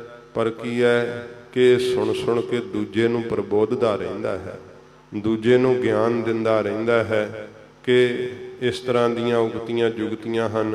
ਇਉਂ ਜਿਹੜਾ ਉਹ ਗਿਆਨ ਪ੍ਰਾਪਤ ਹੁੰਦਾ ਹੈ। ਸੱਚੇ ਪਾਤਸ਼ਾਹ ਕਹਿੰਦੇ, ਕੋਈ ਭਾਈ ਆਪਣੇ ਭੁੱਲੇ ਹੋਏ ਮਨ ਨੂੰ ਸਮਝਾ ਲਵੇ, ਵੇਦਾਂ ਦਾ ਉਪਦੇਸ਼ ਸੁਣ ਕਰਕੇ, ਫਿਰ ਪੁਰਾਣਾਂ ਦਾ ਉਪਦੇਸ਼ ਸੁਣ ਕਰਕੇ, ਸਾਧੂ ਮਹਾਤਮਾ ਦੇ ਕੋਲੋਂ ਪਰਮਾਰਥ ਦਾ ਮੱਗ ਰਸਤਾ ਜਿਹੜਾ ਉਹ ਸੁਣ ਕਰਕੇ, ਨਿਮਖ ਮਾਤਰ ਵੀ ਵਾਹਿਗੁਰੂ ਦੇ ਗੁਣਾਂ ਨੂੰ ਇਹ ਮਨ ਨਹੀਂ ਗਾਉਂਦਾ, ਥੋੜਾ ਸਮਾਂ ਵੀ ਨਹੀਂ ਲੱਗਦਾ ਏ। ਰਹਾਉ ਵਿਸ਼ਰਾਮ ਦੇ ਕੇ ਮਹਾਰਾਜ ਫਰਮਾਉਂਦੇ ਆ, ਜੇ ਜਪਣ ਬੈਠ ਵੀ ਜਾਵੇ ਸੁਣ ਕੇ ਤੇ ਮਨ ਨਹੀਂ ਜਪਦਾ, ਫੁਰਨੇ ਕਰਦਾ ਏ। ਦੁਰਲਭ ਦੇਹ ਪਾਏ ਮਾਨਸ ਕੀ। ਇਹ ਜਿਹੜੀ ਮਾਨਸ ਦੀ ਦੇਹ ਪਾਈ ਹੈ ਨਾ ਤੂੰ, ਮਹਾਰਾਜ ਕਹਿੰਦੇ ਦੁਰਲਭ ਪਾਈ ਹੈ, ਬਹੁਤ ਜ਼ਿਆਦੀ ਕਠਨ ਲੱਭਣ ਵਾਲੀ ਮਨੁੱਖਾ ਦੇ ਤੈਨੂੰ ਪ੍ਰਾਪਤ ਹੋਈ ਹੈ 84 ਲੱਖ ਜੂਨ ਤੋਂ ਬਾਅਦ। ਬਿਰਥਾ ਜਨਮ ਸਿਰਾਵੈ। ਤੇ ਨਾਮ ਤੋਂ ਬਿਨਾ ਤੇਰਾ ਜਨਮ ਜਿਹੜਾ ਨਾ ਬਿਰਥ ਸਿਰਾਵੈ, ਲੰਘਦਾ ਜਾ ਰਿਹਾ, ਬਤੀਤ ਹੁੰਦਾ ਜਾ ਰਿਹਾ ਹੈ। ਤੇ ਤੂੰ ਸੋਚ ਰਿਹਾ ਹੈ ਕਿ ਇਹ ਜਨਮ ਇਵੇਂ ਹੀ ਰਹੇਗਾ, ਇਹ ਮੌਜਾਂ ਇਵੇਂ ਹੀ ਰਹਿਣਗੀਆਂ, ਸੌਣਾ ਨਹੀਂ, ਸਮਾਧੀ ਨਹੀਂ ਲਾਉਣੀ ਜਾ ਕੇ। ਤੋ ਸੱਚੇ ਪਾਤਸ਼ਾਹ ਜੀ ਮਹਾਰਾਜ ਫਰਮਾਉਂਦੇ, ਫਿਰ ਪੜੋ। ਦੁਰਲਭ ਦੇਹ ਪਾਏ ਮਾਨਸ ਕੀ। ਇਹ ਕਠਨ ਨਾ ਲੱਭਣ ਵਾਲੀ ਦੁਰਲਭ ਮਨੁੱਖਾ ਦੇਹੀ ਜਿਹੜੀ ਹੈ, ਮਹਾਰਾਜ ਕਹਿੰਦੇ ਭਾਈ ਤਾਂ ਪਾਈ ਹੈ। ਬਿਰਥਾ ਜਨਮ ਸਿਰਾਵੈ। ਤੇ ਫਿਰ ਇਹ ਆਪਣਾ ਤੂੰ ਜਨਮ ਜਿਹੜਾ ਨਾ ਨਾਮ ਤੋਂ ਬਿਨਾ ਵਿਅਰਥ ਹੀ ਲੰਘਾ ਰਿਹਾ ਹੈ, ਵਿਅਰਥ ਲੰਘਦਾ ਜਾ ਰਿਹਾ, ਨਿਸਫਲ ਜਾ ਰਿਹਾ ਭਜਨ ਤੋਂ ਬਿਨਾ। ਮਾਇਆ ਮੋਹ ਮਹਾ ਸੰਕਟ ਬਨ। ਇਹ ਜਿਹੜਾ ਮਾਇਆ ਦਾ ਮੋਹ ਹੈ ਨਾ, ਇਹ ਛਲ ਰੂਪ ਹੈ, ਬਹੁਤ ਜ਼ਿਆਦਾ ਸੰਕਟ ਵਾਲਾ, ਦੁਖਦਾਈ। ਮਹਾਰਾਜ ਕਹਿੰਦੇ ਬਿਆਬਾਨ ਉਜਾੜ ਜੰਗਲ ਦੀ ਤਰ੍ਹਾਂ ਹੈ। ਜਿਵੇਂ ਬਿਆਬਾਨ ਉਜਾੜ ਹੁੰਦਾ ਨਾ, ਪਰ ਜੀਵ ਤੇ ਕਹਿੰਦੇ ਨੇ ਕਿ ਮਾਇਆ ਤਾਂ ਬੜੀ ਆਨੰਦਮਈ ਹੈ, ਮਾਇਆ ਤਾਂ ਬੜਾ ਸੁੱਖ ਦਿੰਦੀ ਹੈ। ਪਰ ਧੰਨ ਗੁਰੂ ਤੇਗ ਬਹਾਦਰ ਸਾਹਿਬ ਜੀ ਕੀ ਕਹਿੰਦੇ ਆ? ਮਹਾਰਾਜ ਸੱਚੇ ਪਾਤਸ਼ਾਹ ਜੀ ਕਹਿੰਦੇ ਹੈ, ਇਹ ਜਿਹੜਾ ਮਾਇਆ ਦਾ ਸੁੱਖ ਹੈ ਨਾ, ਇਹ ਛਲ ਰੂਪ ਹੈ। ਇਹ ਜਿਹੜਾ ਤੈਨੂੰ ਪ੍ਰਤੀਤ ਹੋ ਰਿਹਾ ਬੜਾ ਆਨੰਦਮਈ ਹੈ, ਬੜਾ ਸੁਖਦਾਈ ਹੈ। ਸਤਿਗੁਰੂ ਜੀ ਫਰਮਾਉਂਦੇ ਨੇ, ਮਾਇਆ ਮੋਹ ਮਹਾ ਸੰਕਟ ਬਨ। ਮਹਾ ਸੰਕਟ ਬਨ, ਮਹਾ ਭਾਵ ਬਹੁਤਾ, ਸੰਕਟ ਭਾਵ ਦੁਖਦਾਈ, ਬਨ ਦਾ ਅਰਥ ਹੈ ਜੰਗਲ। ਬੜਾ ਹੀ ਸੰਕਟ ਵਾਲਾ ਦੁਖਦਾਈ ਬਿਆਬਾਨ ਜੰਗਲ ਵੈ ਇਹ ਮਾਇਕੀ ਪਦਾਰਥਾਂ ਦਾ ਸੁੱਖ। ਜਿੰਨੇ ਮਾਇਆ ਦੇ ਸੁੱਖ ਹਨ, ਮਹਾਰਾਜ ਕਹਿੰਦੇ ਭਾਈ ਇਹ ਸਾਰੇ ਇਸ ਤਰ੍ਹਾਂ ਹੈ ਸੰਸਾਰ ਦੇ ਅੰਦਰ ਰਹਿਣਾ। ਜਿਵੇਂ ਮਹਾਰਾਜ ਕਹਿੰਦੇ ਭਾਈ ਬੜੇ ਬਿਆਬਾਨ ਦੇ ਅੰਦਰ, ਦੁਖਦਾਈ ਜੰਗਲ ਦੇ ਅੰਦਰ ਜੀਵ ਜਿਹੜਾ ਹੈ ਬੜੇ ਸੰਕਟ ਸਹਾਰਦਾ, ਦੁੱਖ ਸਹਾਰਦਾ। ਕਿਉਂਕਿ ਜਦੋਂ ਆਉਂਦੀ ਹੈ ਖੁਸ਼ ਹੁੰਦਾ, ਜਾਂਦੀ ਹੈ ਤੇ ਬੜਾ ਰੋਂਦਾ ਹੈ। ਇਉਂ ਸੱਚੇ ਪਾਤਸ਼ਾਹ ਜੀ ਕਹਿੰਦੇ ਭਾਈ ਇਹ ਮਾਇਆ ਦੇ ਕਰਕੇ ਨਾ ਜੀਵ ਸੁਖੀ ਆਪਣੇ ਆਪ ਨੂੰ ਮੰਨੀ ਬੈਠਾ ਹੈ, ਪਰ ਇਹ ਛਲ ਰੂਪ ਨੇ ਮਾਇਆ ਦੇ ਸਾਰੇ ਪਦਾਰਥ। ਤੇ ਇਹ ਐਸੇ ਹਨ ਜਿਵੇਂ ਮਹਾਰਾਜ ਕਹਿੰਦੇ ਬੜਾ ਦੁਖਦਾਈ, ਕੋਈ ਬੜਾ ਵੱਡਾ ਭਿਆਨਕ ਜੰਗਲ ਹੁੰਦਾ ਬਿਆਬਾਨ। ਤਾਸਿਓ ਰੁਚ ਉਪਜਾਵੈ। ਉਹਦੇ ਨਾਲ ਆਪਣੀ ਰੁਚ ਜਿਹੜੀ ਇੱਛਾ ਹੈ ਨਾ, ਉਪਜਾਵੈ ਪੈਦਾ ਕਰਦਾ ਹੈ। ਮਾਇਕੀ ਪਦਾਰਥਾਂ ਨਾਲ ਹੀ ਆਪਣਾ ਚਿੱਤ ਲਾਉਂਦਾ ਹੈ, ਜਿੱਥੋਂ ਦੁੱਖ ਹੀ ਦੁੱਖ ਨਿਕਲਣੇ। ਜਿੱਥੇ ਬਿਆਬਾਨ ਦੇ ਅੰਦਰ ਕਸ਼ਟ ਹੀ ਕਸ਼ਟ ਵੈ, ਤੇ ਐਸੇ ਮਾਇਕੀ ਬਿਆਬਾਨ ਜੰਗਲ ਦੇ ਅੰਦਰ ਜਿਹੜੇ ਵਿਸ਼ਿਆਂ ਵਿਕਾਰਾਂ ਦੇ ਵਿਉ ਰੂਪੀ ਜ਼ਹਿਰ ਰੂਪੀ ਫਲ ਹਨ, ਉਹਨਾਂ ਨੂੰ ਇਸ ਜੰਗਲ ਵਿੱਚੋਂ ਖਾ ਰਿਹਾ ਏ। ਮਹਾਰਾਜ ਕਹਿੰਦੇ ਭਾਈ ਫਿਰ ਵੇਖੋ, ਤੇ ਰਸਤਾ ਪੁੱਛਦਾ ਮੋਕਸ਼ ਦਾ, ਤੇ ਰਸਤਾ ਪੁੱਛਦਾ ਕਿ ਮੇਰਾ ਸੁੱਖ ਮੈਨੂੰ ਮਨ ਦਾ ਪ੍ਰਾਪਤ ਹੋ ਜਾਵੇ।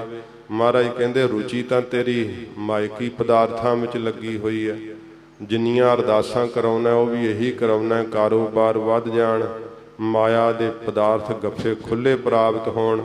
ਤੇ ਮਹਾਰਾਜ ਕਹਿੰਦੇ ਬਿਆਬਾਨ ਸੰਘਣੇ ਦੁਖਦਾਈ ਜੰਗਲ ਵਿੱਚ ਆਪ ਹੀ ਵੜਦਾ ਜਾਂਦਾ। ਤੇ ਫਿਰ ਪੁੱਛਦਾ ਸੁੱਖ ਨਹੀਂ ਮੈਨੂੰ ਮਿਲਿਆ, ਸੁੱਖ ਕਿਵੇਂ ਪ੍ਰਾਪਤ ਹੋਵੇਗਾ?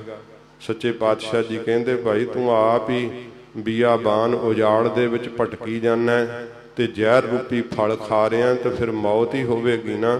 ਹਜੂਰ ਫਰਮਾਉਂਦੇ ਨੇ, ਤਾਸਿਓ ਰੁਚ ਉਪਜਾਵੈ। ਇਸ ਉੱਪਰ ਜਿਹੜੀ ਹੈ ਨਾ ਰੁਚ, ਰੁਚੀ, ਇੱਛਾ, ਇਹ ਉਹਦੇ ਨਾਲ ਮਾਇਆ ਨਾਲ ਉਪਜਾਵੈ ਪੈਦਾ ਕਰਦਾ ਕਿ ਜੇ ਲੱਖ ਮਿਲ ਗਿਆ ਤੇ ਕਹਿੰਦਾ ਨਹੀਂ 2 ਚਾਹੀਦਾ ਸੀਗਾ, 2 ਮਿਲ ਜੇ ਤੇ ਕਹਿੰਦਾ 5 ਚਾਹੀਦਾ, 5 ਮਿਲ ਜੇ ਕਹਿੰਦਾ ਨਹੀਂ 10 ਤੋਂ ਬਿਨਾਂ ਨਹੀਂ ਸਰਦਾ। ਅੱਗੇ ਤੋਂ ਅੱਗੇ ਦੀ ਇੱਛਾ ਜਿਹੜੀ ਹੈ ਪੈਦਾ ਹੁੰਦੀ ਰਹਿੰਦੀ ਹੈ, ਮਾਇਆ ਦੇ ਇਕੱਠੀ ਕਰਨ ਦੀ। ਉਧਰ ਨੂੰ ਹੀ ਇਹਦੀ ਇੱਛਾ ਮਹਾਰਾਜ ਕਹਿੰਦੇ ਭਾਈ ਵੱਧ ਤੋਂ ਵੱਧ ਪੈਦਾ ਕਰਦਾ, ਇੱਛਾ ਅੰਦਰ ਸੰਕਲਪ ਵੱਧਦੇ ਹੀ ਜਾਂਦੇ ਆ। ਅੰਤਰ ਬਾਹਰ ਸਦਾ ਸੰਗ ਪ੍ਰਭ। ਜਿਹੜਾ ਅੰਦਰ ਵੀ ਹਿਰਦੇ ਵਿੱਚ ਵੀ ਵਾਸ ਹੈ ਜਿਸ ਵਾਹਿਗੁਰੂ ਦਾ, ਤੇ ਬਾਹਰ ਵੀ ਸਾਰਿਆਂ ਥਾਵਾਂ ਤੇ ਵਿਆਪਕ ਹੈ ਜੋ ਵਾਹਿਗੁਰੂ। ਸਦਾ ਹੀ ਮਹਾਰਾਜ ਕਹਿੰਦੇ ਜੋ ਭਾਈ ਪਰਮੇਸ਼ਰ ਨਾਲ ਹੈ। ਫਿਰ ਪੜੋ, ਅੰਤਰ ਬਾਹਰ ਸਦਾ ਸੰਗ ਪ੍ਰਭ। ਜਿਹੜਾ ਪ੍ਰਭੂ ਸਦਾ ਹੀ ਸੰਗ ਹੈ, ਸਦਾ ਹੀ ਨਾਲ ਹੈ, ਅੰਦਰ ਤੇ ਬਾਹਰ ਜਿਹੜਾ ਵਿਆਪਕ ਹੈ, ਸਮਾਇਆ ਹੋਇਆ ਏ। ਤਾਸਿਓ ਨੇਹੋ ਨਾ ਲਾਵੈ। ਉਸ ਵਾਹਿਗੁਰੂ ਨਾਲ ਆਪਣਾ ਨੇਹ ਨਹੀਂ ਲਾਉਂਦਾ, ਪਿਆਰ ਨਹੀਂ ਲਾਉਂਦਾ, ਮਾਇਆ ਨਾਲ ਪਿਆਰ ਲਾਉਂਦਾ। ਦੁੱਖ ਕਿੰਨੇ ਮਿਲਣ, ਕਿੰਨੇ ਭਾਵੇਂ ਕਸ਼ਟ ਉਠਾਵੇ, ਫਿਰ ਵੀ ਪ੍ਰੀਤ ਉੱਥੇ ਹੀ ਲਾਉਂਦਾ ਜਿੱਥੋਂ ਕਸ਼ਟ ਮਿਲਦੇ ਪਏ। ਜਿਸ ਵਾਹਿਗੁਰੂ ਦੇ ਨਾਮ ਨਾਲ ਇੰਨੇ ਸੁੱਖ ਮਿਲਣੇ ਆ, ਅੰਦਰ ਬਾਹਰ ਜਿਹੜਾ ਸੰਗ ਹੈ ਹਰ ਵੇਲੇ ਕੋਲ ਹੈ, ਸਹਾਇਤਾ ਕਰਦਾ ਹੈ, ਰੱਖਿਆ ਕਰਦਾ ਹੈ, ਤਾਂ ਸਿਉ ਨਿਹੋ ਨਾ ਲਾਵੈ। ਉਸ ਵਾਹਿਗੁਰੂ ਨਾਲ ਆਪਣੀ ਪ੍ਰੀਤ ਨਹੀਂ, ਮਹਾਰਾਜ ਕਹਿੰਦੇ ਇਹ ਮਨ ਲਾਉਂਦਾ। ਤੇ ਸਤਿਗੁਰੂ ਜੀ ਕੀ ਕਹਿੰਦੇ ਐ, ਕੋ ਮਾਈ ਭੁੱਲਿਓ ਮਨ ਸਮਝਾਵੈ। ਕੋਈ ਭੁੱਲੇ ਹੋਏ ਮਨ ਨੂੰ ਸਮਝਾ ਲਵੇ। ਮਨ ਦੀ ਹਾਲਤ ਕੀ ਹੈ, ਕਰਦਾ ਕੀ ਹੈ, ਮੰਗਦਾ ਕੀ ਹੈ, ਕਰਨੀ ਕਿਹੋ ਜੀ ਹੈ ਤੇ ਫਲ ਕਿਹੋ ਜਿਹਾ ਭਾਲਦਾ ਹੈ। ਫਲ ਭਾਲਦਾ ਵਾਹਿਗੁਰੂ ਦੀ ਪ੍ਰਾਪਤੀ ਦਾ, ਫਲ ਭਾਲਦਾ ਸੁਰਤ ਦੇ ਟਿਕਣ ਦਾ, ਤੇ ਪਰ ਖਾਈ ਜਾਂਦਾ ਮਾਇਕੀ ਫਲਾਂ ਨੂੰ। ਤੇ ਮਾਇਆ ਦੇ ਛਲ ਰੂਪੀ ਜਿਹੜੇ ਪਦਾਰਥ ਵੈ, ਜਿਹੜੇ ਇਹਨੂੰ ਛਲ ਰਹੇ ਆ, ਧੋਖਾ ਦੇ ਰਹੇ ਆ। ਇੱਕ ਵਾਰੀ ਕਿਸੇ ਮਨੁੱਖ ਕੋਲੋਂ ਕੋਈ ਧੋਖਾ ਖਾ ਲੇ ਤੇ ਸਾਵਧਾਨ ਹੋ ਜਾਂਦਾ ਬਈ ਇਹ ਧੋਖੇਬਾਜ਼ ਹੈ, ਹੁਣ ਨਹੀਂ ਇਹਦੇ ੜਿੱਕੇ ਚੜ੍ਹਨਾ। ਪਰ ਮਾਇਆ ਦੇ ੜਿੱਕੇ ਤਾਂ ਰੋਜ਼ ਹੀ ਚੜ੍ਹਦਾ ਰਹਿੰਦਾ, ਹਰ ਵੇਲੇ ਹੀ ਚੜ੍ਹਿਆ ਰਹਿੰਦਾ ਹੈ। ਉਹ ਦੁੱਖ ਵੀ ਦਿੰਦੀ ਹੈ ਤੇ ਕਹਿੰਦਾ ਨਹੀਂ ਨਹੀਂ ਕੋਈ ਨਹੀਂ, ਸੁੱਖ ਹੀ ਸੁੱਖ ਹੈ। ਫਿਰ ਵੀ ਆਪਣੇ ਆਪ ਦੇ ਵਿੱਚ ਐਡਾ ਮਨ ਜਿਹੜਾ ਹੈ ਉਹ ਭੁੱਲਿਆ ਹੋਇਆ ਹੈ। ਮਾਇਆ ਦੇ ਦੁੱਖ ਵੀ ਸਹਾਰਦਾ, ਕਸ਼ਟ ਵੀ ਪਾਉਂਦਾ, ਪਰ ਫਿਰ ਵੀ ਉਹਨੂੰ ਹੀ ਲੋੜਦਾ। ਵਾਹਿਗੁਰੂ ਜੋ ਅੰਦਰ ਬਾਹਰ ਸੰਗ ਵੈ, ਕੋਲ ਵੈ, ਤਾਂ ਸਿਉ ਨਿਹੋ ਨਾ ਲਾਵੈ। ਜਿਸ ਵਾਹਿਗੁਰੂ ਨੇ ਸਭ ਕੁਝ ਦਿੱਤਾ ਏ, ਉਹਦੇ ਨਾਲ ਪਿਆਰ ਨਹੀਂ ਲਾਉਂਦਾ ਏ। ਨਾਨਕ ਮੁਕਤ ਤਾਹੇ ਤੁਮ ਮਾਨਹੁ। ਮਹਾਰਾਜ ਸੱਚੇ ਪਾਤਸ਼ਾਹ ਜੀ ਫਰਮਾਉਂਦੇ ਐ ਕਿ ਭਾਈ ਮੁਕਤ ਤਾਂ ਤੁਸੀਂ ਉਹਨੂੰ ਮੰਨਣਾ ਕਰੋ, ਜਾਣਨਾ ਕਰੋ, ਉਹ ਪੁਰਖ ਭਾਈ ਮੁਕਤ ਹੁੰਦਾ ਏ। ਜਿਹ ਘਟ RAM ਸਮਾਵੈ। ਜਿਸ ਘਟ ਹਿਰਦੇ ਵਿੱਚ ਮੇਰੇ ਵਾਹਿਗੁਰੂ ਦਾ ਨਾਮ ਸਮਾ ਜਾਂਦਾ ਹੈ, ਉਹ ਮਹਾਰਾਜ ਕਹਿੰਦੇ ਭਾਈ ਮੁਕਤ ਪੁਰਖ ਵੈ। ਜਿਹਦੇ ਅੰਦਰ ਵਾਹਿਗੁਰੂ ਦਾ ਨਾਮ ਸਮਾਇਆ ਹੋਇਆ, ਜਿਹਦੇ ਅੰਦਰ ਮਾਇਆ ਦੀ ਪ੍ਰੀਤ ਵਸੀ ਹੋਈ ਆ, ਉਹ ਮੁਕਤ ਪੁਰਖ ਨਹੀਂ ਹੈ। ਭਾਵੇਂ ਬਾਹਰੋਂ ਧਾਰਮਿਕ ਬਾਣਾ ਪਾਇਆ ਤੇ ਇੱਛਾ ਇਹ ਹੈ ਕਿ ਮਾਇਆ ਕਿੰਨੀ ਮਿਲੇਗੀ ਕਥਾ ਕਰਨ ਤੋਂ ਬਾਅਦ, ਤੇ ਫਿਰ ਮਹਾਰਾਜ ਕਹਿੰਦੇ ਉਹ ਮੁਕਤ ਪੁਰਖ ਨਹੀਂ ਹੋ ਸਕਦਾ।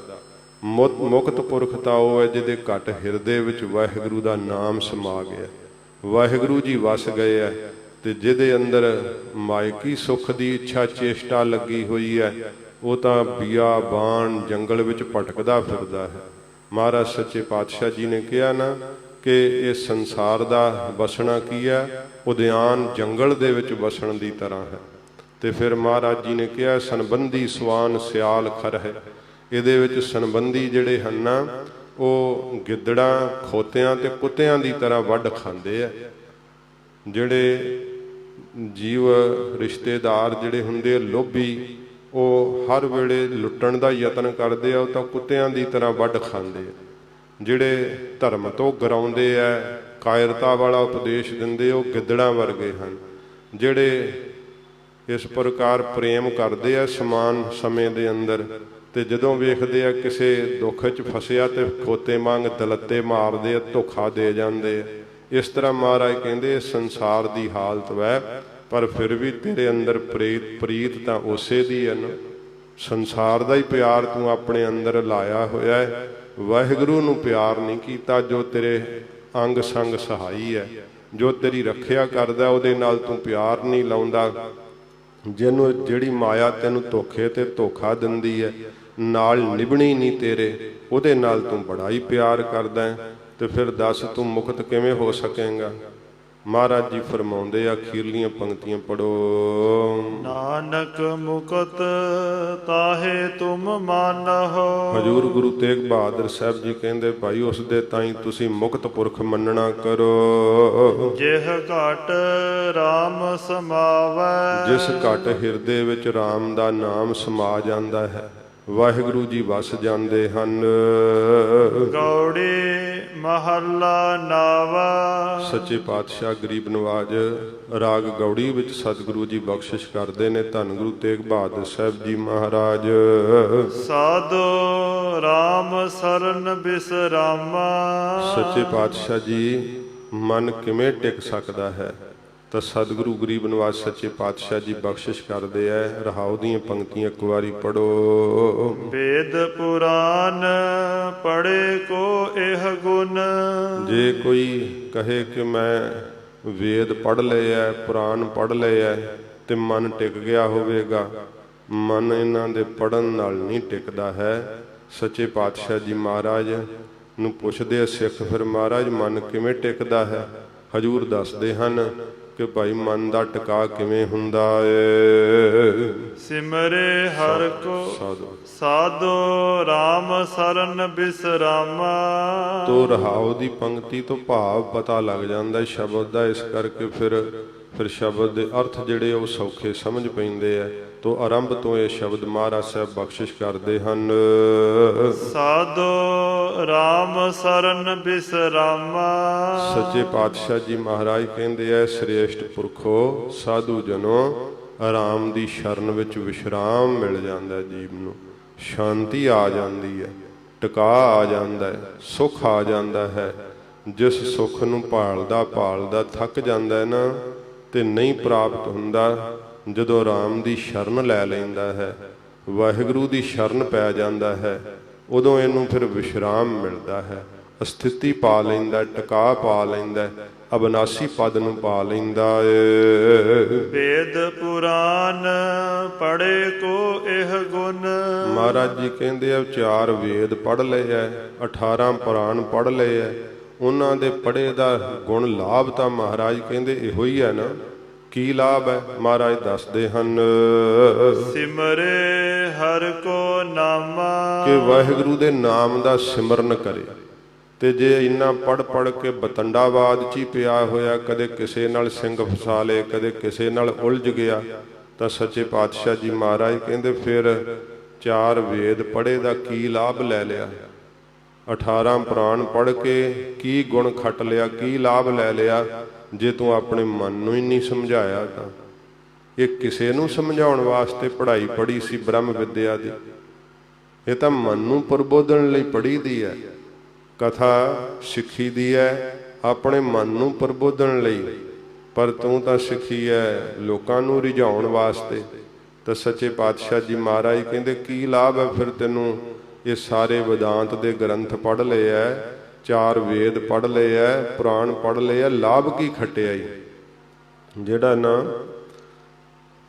ਗਧਾ ਹੁੰਦਾ ਖੋਤਾ, ਉਹਦੇ ਉੱਤੇ ਚੰਦਨ ਦਾ ਬਹੁਤ ਸਾਰਾ ਲੱਕੜਾਂ ਦਾ ਭਾਰ ਲੱਦ ਦਈਏ ਨਾ, ਤੇ ਉਹਨੂੰ ਚੰਦਨ ਦਾ ਕੋਈ ਖੁਸ਼ਬੂ ਉਹਦੇ ਨਾਸਾਂ ਵਿੱਚ ਜਾਚ ਹੀ ਨਹੀਂ ਹੁੰਦੀ, ਖੁਸ਼ਬੂ ਚੰਦਨ ਦੀ ਲੈਣ ਦੀ, ਤੇ ਉਹ ਫਿਰ ਕੀ ਕਰਦਾ, ਸਵਾਹ 'ਚ ਹੀ ਲੇਟਦਾ। ਇਸ ਤਰ੍ਹਾਂ ਜਿਹੜਾ ਗ੍ਰੰਥਾਂ ਦਾ ਪੜ੍ਹਨਾ ਹੈ ਨਾ, 4 ਵੇਦਾਂ ਦਾ ਪੜ੍ਹਨਾ, 18 ਪੁਰਾਣਾਂ ਦਾ ਪੜ੍ਹਨਾ, ਇਹ ਤਾਂ ਚੰਦਨ ਵਰਗਾ, ਬੜਾ ਹੀ ਸੁਖਦਾਈ ਹੈ। ਪਰ ਕੀ ਹੈ ਕਿ ਜਿਹਨੇ ਪੜ੍ਹਿਆ ਕੇਵਲ ਦੂਜੇ ਨੂੰ ਪ੍ਰਬੋਧਨ ਲਈ, ਆਪਣੀ ਖੋਤਾ ਬਿਰਤੀ ਹੈ, ਤੇ ਫਿਰ ਉਹ ਭਾਰ ਹੀ ਲੱਦਿਆ ਹੋਇਆ ਸਾਰਾ। ਜਿਵੇਂ ਖੋਤੇ ਦੇ ਉੱਤੇ ਚੰਦਨ ਦਾ ਭਾਰ ਲੱਦਿਆ ਹੁੰਦਾ ਨਾ, ਇਵੇਂ ਆਪਣੇ ਮਨ ਦੇ ਉੱਤੇ ਗ੍ਰੰਥਾਂ ਦੇ ਪੜ੍ਹਨ ਦਾ ਭਾਰ ਹੀ ਲੱਦਿਆ, ਆਪਣੇ ਮਨ ਨੂੰ ਪ੍ਰਬੋਧਿਆ ਹੀ ਨਹੀਂ। ਤੇ ਫਿਰ ਗਧਾ ਜਦੋਂ ਸਵਾਹ ਵੇਖਦਾ ਉਦੋਂ ਲਿਟਦਾ। ਇਹ ਜਦੋਂ ਵਿਸ਼ਿਆਂ ਵਿਕਾਰਾਂ ਦੀ ਮਨ ਸਵਾਹ ਵੇਖਦਾ, ਸਾਰਾ ਗ੍ਰੰਥਾਂ ਦਾ ਗਿਆਨ ਭੁੱਲ ਹੀ ਜਾਂਦਾ, ਉਸੇ ਵੇਲੇ ਉੱਥੇ ਸਵਾਹ ਵਿੱਚ ਲਿਟਣ ਲੱਗ ਜਾਂਦਾ। ਮਹਾਰਾਜ ਕਹਿੰਦੇ ਕੀ ਲਾਭ ਖੱਟਿਆ ਫਿਰ ਵੇਦ ਪੜ੍ਹ ਕੇ ਤੇ 18 ਪੁਰਾਣ ਪੜ੍ਹ ਕੇ। ਵੇਦ ਪੁਰਾਣ ਪੜ੍ਹੇ ਕੋ ਇਹੋ ਗੁਣ, ਇਹ ਗੁਣ ਹੈ, ਇਹ ਲਾਭ ਹੈ ਕਿ ਸਿਮਰੈ ਹਰਿ ਕੋ ਨਾਮਾ, ਕਿ ਤੂੰ ਵਾਹਿਗੁਰੂ ਦਾ ਨਾਮ ਸਿਮਰਨ ਕਰਨ ਲੱਗ ਜਾਂਦਾ, ਪਰਮੇਸ਼ਰ ਦੇ ਸਿਮਰਨ ਵਿੱਚ ਜੁੜ ਜਾਂਦਾ। ਜੇ ਤੂੰ ਪਰਮੇਸ਼ਰ ਦੇ ਸਿਮਰਨ 'ਚ ਹੀ ਨਹੀਂ ਜੁੜਿਆ ਤੇ ਕੀ ਲਾਭ ਖੱਟਿਆ ਤੂੰ ਪੜ੍ਹ ਕਰਕੇ। ਰਹਾਉ ਵਿਸ਼ਰਾਮ ਦੇ ਕੇ ਮਹਾਰਾਜ ਫਰਮਾਉਂਦੇ ਹਨ, ਲੋਭ ਮੋਹ ਮਾਇਆ ਮਮਤਾ ਫੁਨ। ਮਹਾਰਾਜ ਜੀ ਕਹਿੰਦੇ ਨੇ ਲੋਭ ਪਦਾਰਥਾਂ ਦੇ ਜੋੜਨ ਦਾ, ਮੋਹ ਸਰੀਰਾਂ ਦਾ, ਤੇ ਮਾਇਆ ਦੀ ਜਿਹੜੀ ਮਮਤਾ ਮੇਰ ਹੈ, ਇਹ ਛਲ ਰੂਪੀ ਪਦਾਰਥ ਜੋ ਹਨ, ਫੁਨ ਬੌੜੋ। ਮਹਾਰਾਜ ਕਹਿੰਦੇ ਜਿਹੜੇ ਤੇਰੇ ਮਨ ਨੂੰ ਛਲ ਰਹੇ ਐ, ਮਾਇਆ ਦੀ ਤੂੰ ਮੇਰ ਕਰਦਾ ਏ। ਆਓ ਵਿਖਿਆਨ ਕੀ ਸੇਵਾ, ਤੇ ਆਓ ਫਿਰ ਵਿਖਿਆਂ ਦੀ ਵਿਸ਼ਿਆਂ ਦੀ ਸੇਵਾ ਟਹਿਲ ਕਰਦਾ ਰਹਿਣਾ। ਕਾਮ ਨਾਲ ਤੇਰੀ ਬਾਹਲੀ ਮਿੱਤਰਤਾ ਹੈ, ਬਹੁਤ ਜ਼ਿਆਦੀ ਇਹਨਾਂ ਦੀ ਤੂੰ ਟਹਿਲ ਕਰਨੀ ਕੀ ਹੈ, ਸੇਵਾ ਕਰਨੀ ਕੀ ਹੈ, ਇਹਨਾਂ ਦੇ ਫੁਰਨੇ ਕਰਦਾ ਰਹਿਣਾ। ਟਹਿਲ ਕਰਨੀ ਕੀ ਹੈ, ਭੋਗਦਾ ਰਹਿਣਾ ਹੈ ਵਿਕਾਰਾਂ ਦੇ ਤਾਈਂ। ਮਹਾਰਾਜ ਕਹਿੰਦੇ ਜਦੋਂ ਵਿਸ਼ਿਆਂ ਦੀ ਸੇਵਾ ਵਿੱਚ ਲੱਗਾ ਰਹਿਣਾ, ਸਰੀਰ ਤੇਰਾ ਸਾਰਾ ਇਹ ਸਤਿਆਨਾਸ ਮਾਰ ਦਿੰਦੇ ਆ। ਸਰੀਰ ਤੇਰਾ ਇਉਂ ਗਾਲ ਦਿੰਦੇ ਆ ਜਿਉਂ ਕੰਚਨ ਸੁਹਾਗਾ ਢਲ ਹੈ, ਕਾਮ ਕ੍ਰੋਧ ਕਾਇਆ ਕੋ ਗੱਲ ਹੈ। ਇਸ ਤਰ੍ਹਾਂ ਗਾਲਦੇ ਆ ਤੇਰੇ ਸਰੀਰ ਨੂੰ। ਆਓ ਵਿਖਿਆਨ ਕੀ ਸੇਵਾ, ਆਓ ਅਤੇ ਤੂੰ ਫਿਰ ਵਿਸ਼ਿਆਂ ਦੀ ਟਹਿਲ ਕਰਦਾ ਹੈ। ਅੱਖਾਂ ਕਰਕੇ ਵੀ ਵਿਸ਼ੇ ਫੁਰਦੇ ਰਹਿੰਦੇ ਆ, ਕੰਨਾਂ ਕਰਕੇ ਵੀ, ਰਸਨਾ ਕਰਕੇ ਵੀ ਅਸ਼ਲੀਲ ਹੀ ਬੋਲਦਾ, ਮਨ 'ਚ ਫੁਰਨਿਆਂ ਦਾ ਟੋਕਰਾ ਹੀ ਭਰਿਆ ਰਹਿੰਦਾ, ਗੰਦੇ ਫੁਰਨਿਆਂ ਦਾ। ਇਉਂ ਸੱਚੇ ਪਾਤਸ਼ਾਹ ਜੀ ਮਹਾਰਾਜ ਕਹਿੰਦੇ ਵਿਸ਼ਿਆਂ ਵਿਕਾਰਾਂ ਦੀ ਤੂੰ ਸੇਵਾ ਕਰਦਾ, ਉਹਨਾਂ ਦੀ ਟਹਿਲ ਕਰਦਾ, ਭਾਵ ਭੋਗਦਾ ਹੈ ਵਿਸ਼ਿਆਂ ਵਿਕਾਰਾਂ ਨੂੰ। ਹਰਖ ਸੋਗ ਪਰਸੈ ਜਿਹ ਨਾਹਨ। ਮਹਾਰਾਜ ਸੱਚੇ ਪਾਤਸ਼ਾਹ ਕਹਿੰਦੇ ਵੇਖ ਲੈ ਤੇਰੀ ਹਾਲਤ ਤਾਂ ਇਸ ਤਰ੍ਹਾਂ ਦੀ ਹੈ, ਪਰ ਜਿਹੜੇ ਵਾਹਿਗੁਰੂ ਦੇ ਪਿਆਰੇ ਹੁੰਦੇ ਆ ਨਾ, ਮਹਾਰਾਜ ਸੱਚੇ ਪਾਤਸ਼ਾਹ ਉਹਨਾਂ ਦੀ ਨਿਸ਼ਾਨੀ ਦੱਸਦੇ ਆ। ਹਰਖ ਸੋਗ ਪਰਸੈ ਜੇ ਨਾਹਨ, ਜਿਹਨੂੰ ਮਹਾਰਾਜ ਕਹਿੰਦੇ ਹਰਖ ਖੁਸ਼ੀ ਨਹੀਂ ਪਾਉਂਦੀ ਆ ਕਰਕੇ ਪਰਸਦੀ ਨਹੀਂ ਹੈ, ਸੋਗ ਜਿਹਨੂੰ ਗਮੀ ਨਹੀਂ ਆ ਕਰਕੇ ਮਹਾਰਾਜ ਕਹਿੰਦੇ ਪਰਸਦੀ ਨਹੀਂ, ਛੋਂਦੀ ਨਹੀਂ ਹੈ। ਸੋ ਮੂਰਤ ਹੈ ਦੇਵਾ। ਦੇਵਾ ਪ੍ਰਕਾਸ਼ ਸਰੂਪ ਪਰਮੇਸ਼ਰ ਦੀ ਉਹ ਮੂਰਤ ਹੈ, ਉਹ ਵਾਹਿਗੁਰੂ ਦਾ ਸਰੂਪ ਹੈ ਪ੍ਰਤੱਖ ਹੀ, ਨਾ ਜਿਹਨੂੰ ਖੁਸ਼ੀ ਪਾਉਂਦੀ ਹੈ ਨਾ ਜਿਹਨੂੰ ਗਮੀ ਪਾਉਂਦੀ ਆ ਕਰਕੇ। ਦੁੱਖ ਸੁੱਖ ਦੇ ਵਿੱਚ ਜਿਹਦੀ ਬਿਰਤੀ ਸਮਾਨ ਹੋ ਗਈ ਹੈ, ਮਹਾਰਾਜ ਕਹਿੰਦੇ ਸੋ ਮੂਰਤ ਹੈ ਦੇਵਾ। ਉਹ ਮੇਰੇ ਵਾਹਿਗੁਰੂ ਦੀ ਮੂਰਤੀ ਹੈ, ਉਹ ਮੇਰੇ ਵਾਹਿਗੁਰੂ ਦਾ ਸਰੂਪ ਹੈ ਪ੍ਰਤੱਖ ਹੀ। ਸੁਰਗ ਨਰਕ ਅੰਮ੍ਰਿਤ ਬਿਖ ਇਹ ਸਭ। ਮਹਾਰਾਜ ਕਹਿੰਦੇ ਸਾਰਾ ਕੁਝ ਉਹਦੇ ਵਾਸਤੇ, ਸਵਰਗ ਤੇ ਨਰਕ ਜਿਹੜਾ ਹੈ, ਸੁਰਗ ਬਾਸ ਨਾ ਬਾਛੀਐ, ਡਰੀਐ ਨਾ ਨਰਕ ਨਿਵਾਸ।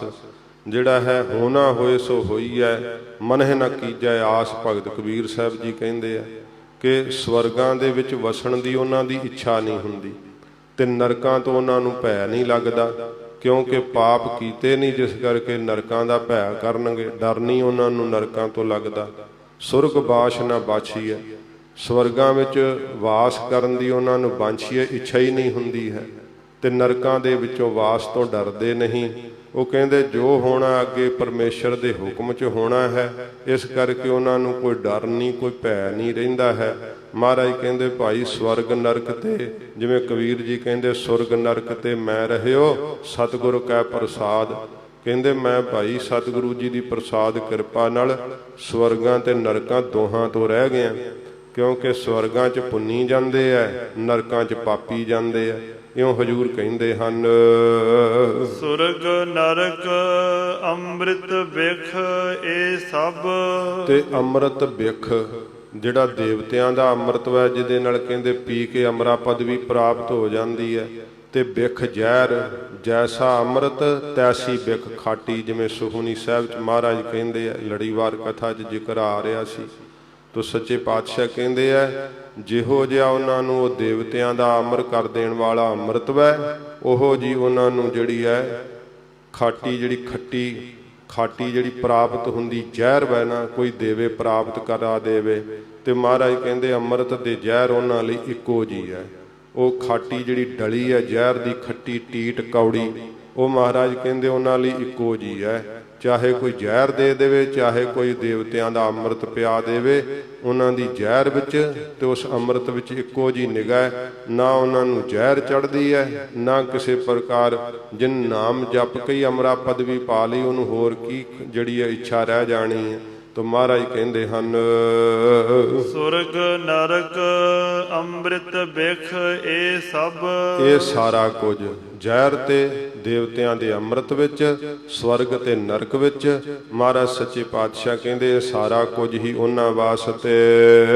ਤਿਉ ਕੰਚਨ ਅਰ ਪੈਸਾ। ਤਿਵੇਂ ਹੀ ਫਿਰ ਮਹਾਰਾਜ ਕਹਿੰਦੇ ਕੰਚਨ ਸੋਨਾ ਤੇ ਜਿਹੜਾ ਪੈਸਾ ਹੁੰਦਾ ਤਾਂਬੇ ਦਾ, ਦੋਵਾਂ ਵਿੱਚ ਇੱਕੋ ਹੀ ਸੁਰਤ ਆ ਉਹਨਾਂ ਦੀ। ਤਾਂਬੇ ਦੇ ਪੈਸੇ ਨੂੰ ਕੋਈ ਪੁੱਛਦਾ ਨਹੀਂ ਨਾ, ਤੇ ਸੋਨੇ ਦੀਆਂ ਡਲੀਆਂ ਨੂੰ ਜੇਬ 'ਚ ਪਾਉਂਦੇ ਆ। ਮਹਾਰਾਜ ਕਹਿੰਦੇ ਭਾਈ ਜਿਹਦੇ ਵਾਸਤੇ ਵਾਹਿਗੁਰੂ ਜੀ ਦਾ ਪਿਆਰ ਸਭ ਤੋਂ ਵੱਡਾ ਹੈ, ਜਿਹਦੀ ਬਿਰਤੀ ਹਰਖ ਤੇ ਸੋਗ ਵਿੱਚ ਇੱਕ ਜੀ ਹੋ ਗਈ ਹੈ, ਉਹਨੂੰ ਮਹਾਰਾਜ ਕਹਿੰਦੇ ਕੰਚਨ ਸੋਨਾ ਅਤੇ ਤਾਂਬੇ ਦਾ ਜਿਹੜਾ ਪੈਸਾ ਹੈ ਉਹਦੇ ਵਾਸਤੇ ਇੱਕੋ ਜਿਹਾ ਹੈ। ਉਸਤਤ ਨਿੰਦਾ ਇਹ ਸਮਝਾ ਕੇ। ਫਿਰ ਉਹਦੇ ਵਾਸਤੇ ਮਹਾਰਾਜ ਜੀ ਹੋਰ ਪ੍ਰਮਾਣ ਦਿੰਦੇ ਆ, ਉਸਤਤ ਨਿੰਦਾ ਇਹ ਸਮਝਾ ਕੇ। ਉਸਤਤ ਵੀ ਤੇ ਨਿੰਦਾ ਵੀ ਮਹਾਰਾਜ ਕਹਿੰਦੇ ਉਹ ਸਮ ਬਰਾਬਰ ਹੈ ਭਾਈ ਉਹਦੇ ਵਾਸਤੇ। ਕੋਈ ਬਹੁਤ ਜ਼ਿਆਦਾ ਜਸ ਗਾਵੇ ਕਿ ਮਹਾਰਾਜ ਦੁਨੀਆ ਹੀ ਤਾਰਤੀ ਜੇ, ਮਹਾਰਾਜ ਭਲਾ ਹੀ ਬੜਾ ਕੀਤਾ ਜੇ, ਤੁਹਾਡੇ ਦਰਸ਼ਨਾਂ ਨਾਲ ਹੀ ਠੰਡ ਪੈ ਜਾਂਦੀ ਹੈ। ਤੇ ਇੱਕ ਨਿੰਦਾ ਕਰੀ ਜਾਵੇ ਕਿ ਭਾਈ ਇਹ ਤਾਂ ਬੜਾ ਪਾਪੀ ਹੈ, ਬੜਾ ਦੁਸ਼ਟ ਹੈ, ਬੜਾ ਪਖੰਡੀ ਹੈ, ਦੁਨੀਆ ਲੁੱਟ ਲਈ ਹੈ।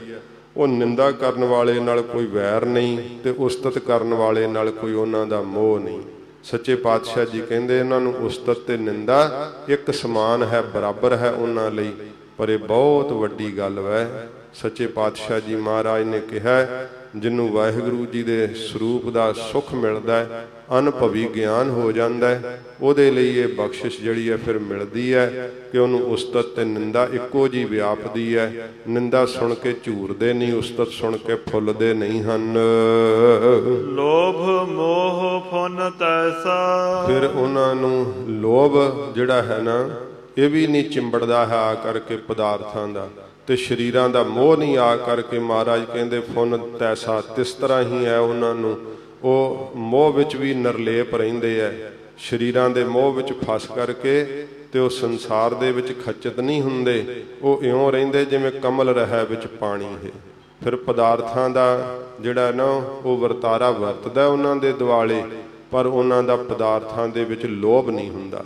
ਉਹਨਾਂ ਨੂੰ ਸੰਚਣ ਵਾਸਤੇ, ਇਕੱਠਿਆਂ ਕਰਨ ਵਾਸਤੇ ਉਹਨਾਂ ਨੂੰ ਲਾਲਚ ਨਹੀਂ ਹੁੰਦਾ। ਸੱਚੇ ਪਾਤਸ਼ਾਹ ਜੀ ਮਹਾਰਾਜ ਕਹਿੰਦੇ ਲੋਭ ਮੋਹ ਫੁਨ ਤੈਸਾ, ਤੇ ਇਸ ਤਰ੍ਹਾਂ ਹੀ ਉਹਨਾਂ ਵਾਸਤੇ ਲੋਭ ਅਤੇ ਸਰੀਰਾਂ ਦਾ ਮੋਹ, ਸੱਚੇ ਪਾਤਸ਼ਾਹ ਜੀ ਕਹਿੰਦੇ ਉਹਦੇ ਵਿੱਚ ਵੀ ਪਦਾਰਥਾਂ ਵਿੱਚ ਵੀ ਨਿਰਲੇਪ ਰਹਿੰਦੇ ਐ, ਲੋਭ ਨਹੀਂ ਕਰਦੇ, ਤੇ ਸਰੀਰਾਂ ਵਿੱਚ ਵੀ ਜਿਹੜੇ ਆ ਉਹ ਅਸੰਗ ਰਹਿੰਦੇ ਐ, ਰਹਿੰਦੇ ਦਿਸਦੇ ਸਾਰਿਆਂ ਦੇ ਨਾਲ, ਪਰ ਮਹਾਰਾਜ ਕਹਿੰਦੇ ਮੋਹ ਨਹੀਂ ਉਹਨਾਂ ਨੂੰ ਹੁੰਦਾ, ਆਪ ਨਿਰਲੇਪ ਰਹਿੰਦੇ ਹਨ ਸਰੀਰਾਂ ਦੇ ਮੋਹ ਤੋਂ। ਦੁੱਖ ਸੁਖ ਇਹ ਬਾਧੇ ਜਿਹ ਨਾਹਨ, ਦੁੱਖ ਤੇ ਸੁੱਖ ਦੀ ਫਾਹੀ ਵਿੱਚ ਇਸ ਤਰ੍ਹਾਂ ਮਹਾਰਾਜ ਕਹਿੰਦੇ ਜਿਹੜੇ ਭਾਈ ਬੱਧੇ ਹਨ ਨਹੀਂ, ਜਿਹੜੇ ਨਹੀਂ ਬੰਨੇ ਗਏ, ਜਿਨ੍ਹਾਂ ਨੂੰ ਨਾ ਦੁੱਖ ਨੇ ਜਕੜਿਆ ਹੈ ਨਾ ਸੁੱਖ ਪਕੜ ਸਕਿਆ ਹੈ। ਸੁੱਖ ਦੇ ਵਿੱਚ ਜਿਨ੍ਹਾਂ ਨੂੰ, ਕਿਉਂਕਿ ਜਿਹੜਾ ਜੀਵਨ ਦਾ ਮੋਹ ਹੈ ਨਾ, ਸੁੱਖਾਂ ਕਰਕੇ ਇਹੀ ਅੰਦਰ ਮਰਨ ਦਾ ਭੈ ਪੈਦਾ ਕਰਦਾ ਹੈ, ਤੇ ਜਦੋਂ ਜੀਵਨ ਨਾਲੋਂ ਮੋਹ ਟੁੱਟ ਜਾਵੇ ਫਿਰ ਮਰਨ ਦਾ ਭੈ ਵੀ ਨਾਲ ਹੀ ਨਾਸ਼ ਹੋ ਜਾਂਦਾ।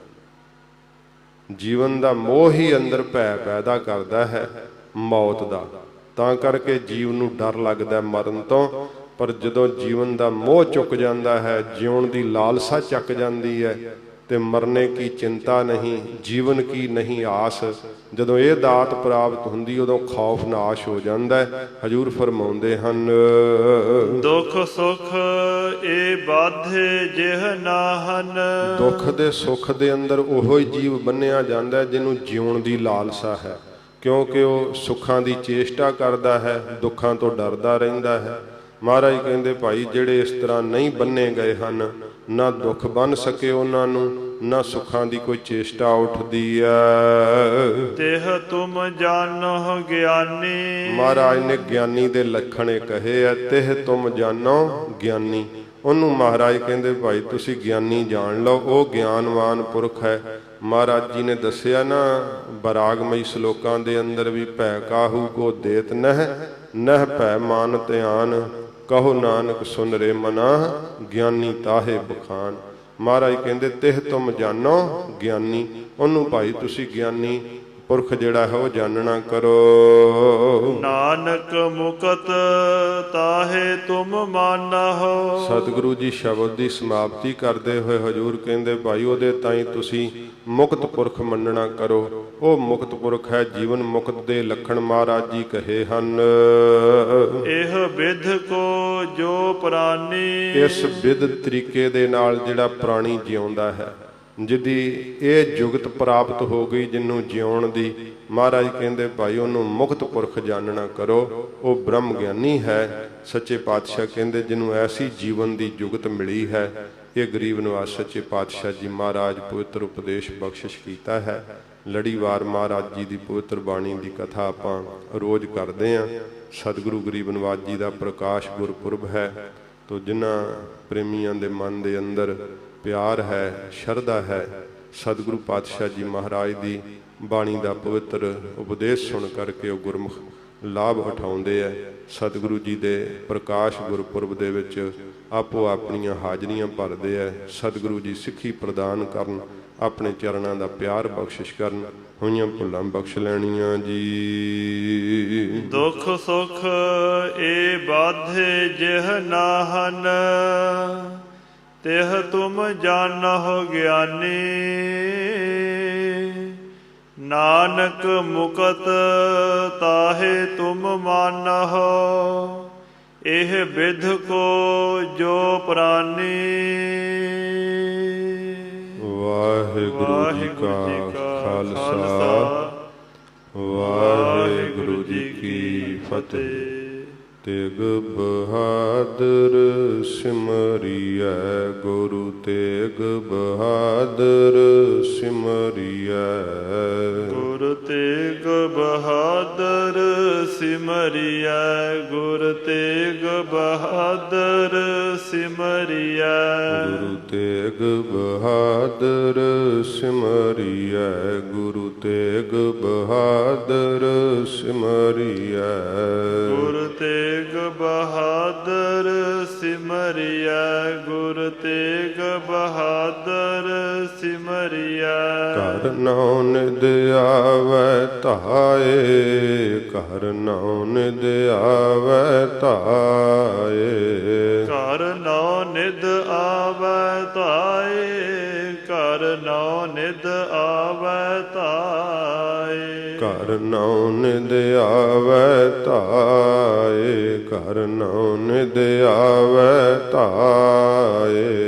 ਘਰ ਨੌ ਨਿਧ ਆਵੈ ਧਾਏ, ਘਰ ਨੌ ਨਿਧ ਆਵੈ ਧਾਏ। ਸਭ ਥਾਈ ਹੋਏ ਸਹਾਏ, ਸਭ ਥਾਈ ਹੋਏ ਸਹਾਏ। ਸਭ ਥਾਈ ਹੋਏ ਸਹਾਏ, ਸਭ ਥਾਈ ਹੋਏ ਸਹਾਏ। ਸਭ ਥਾਈ ਹੋਏ ਸਹਾਏ, ਸਭ ਥਾਈ ਹੋਏ ਸਹਾਏ। ਸਭ ਥਾਈ ਹੋਏ ਸਹਾਏ, ਸਭ ਥਾਈ ਹੋਏ ਸਹਾਏ। ਵਾਹਿਗੁਰੂ ਜੀ ਕਾ ਖਾਲਸਾ, ਵਾਹਿਗੁਰੂ ਜੀ ਕੀ ਫਤਿਹ।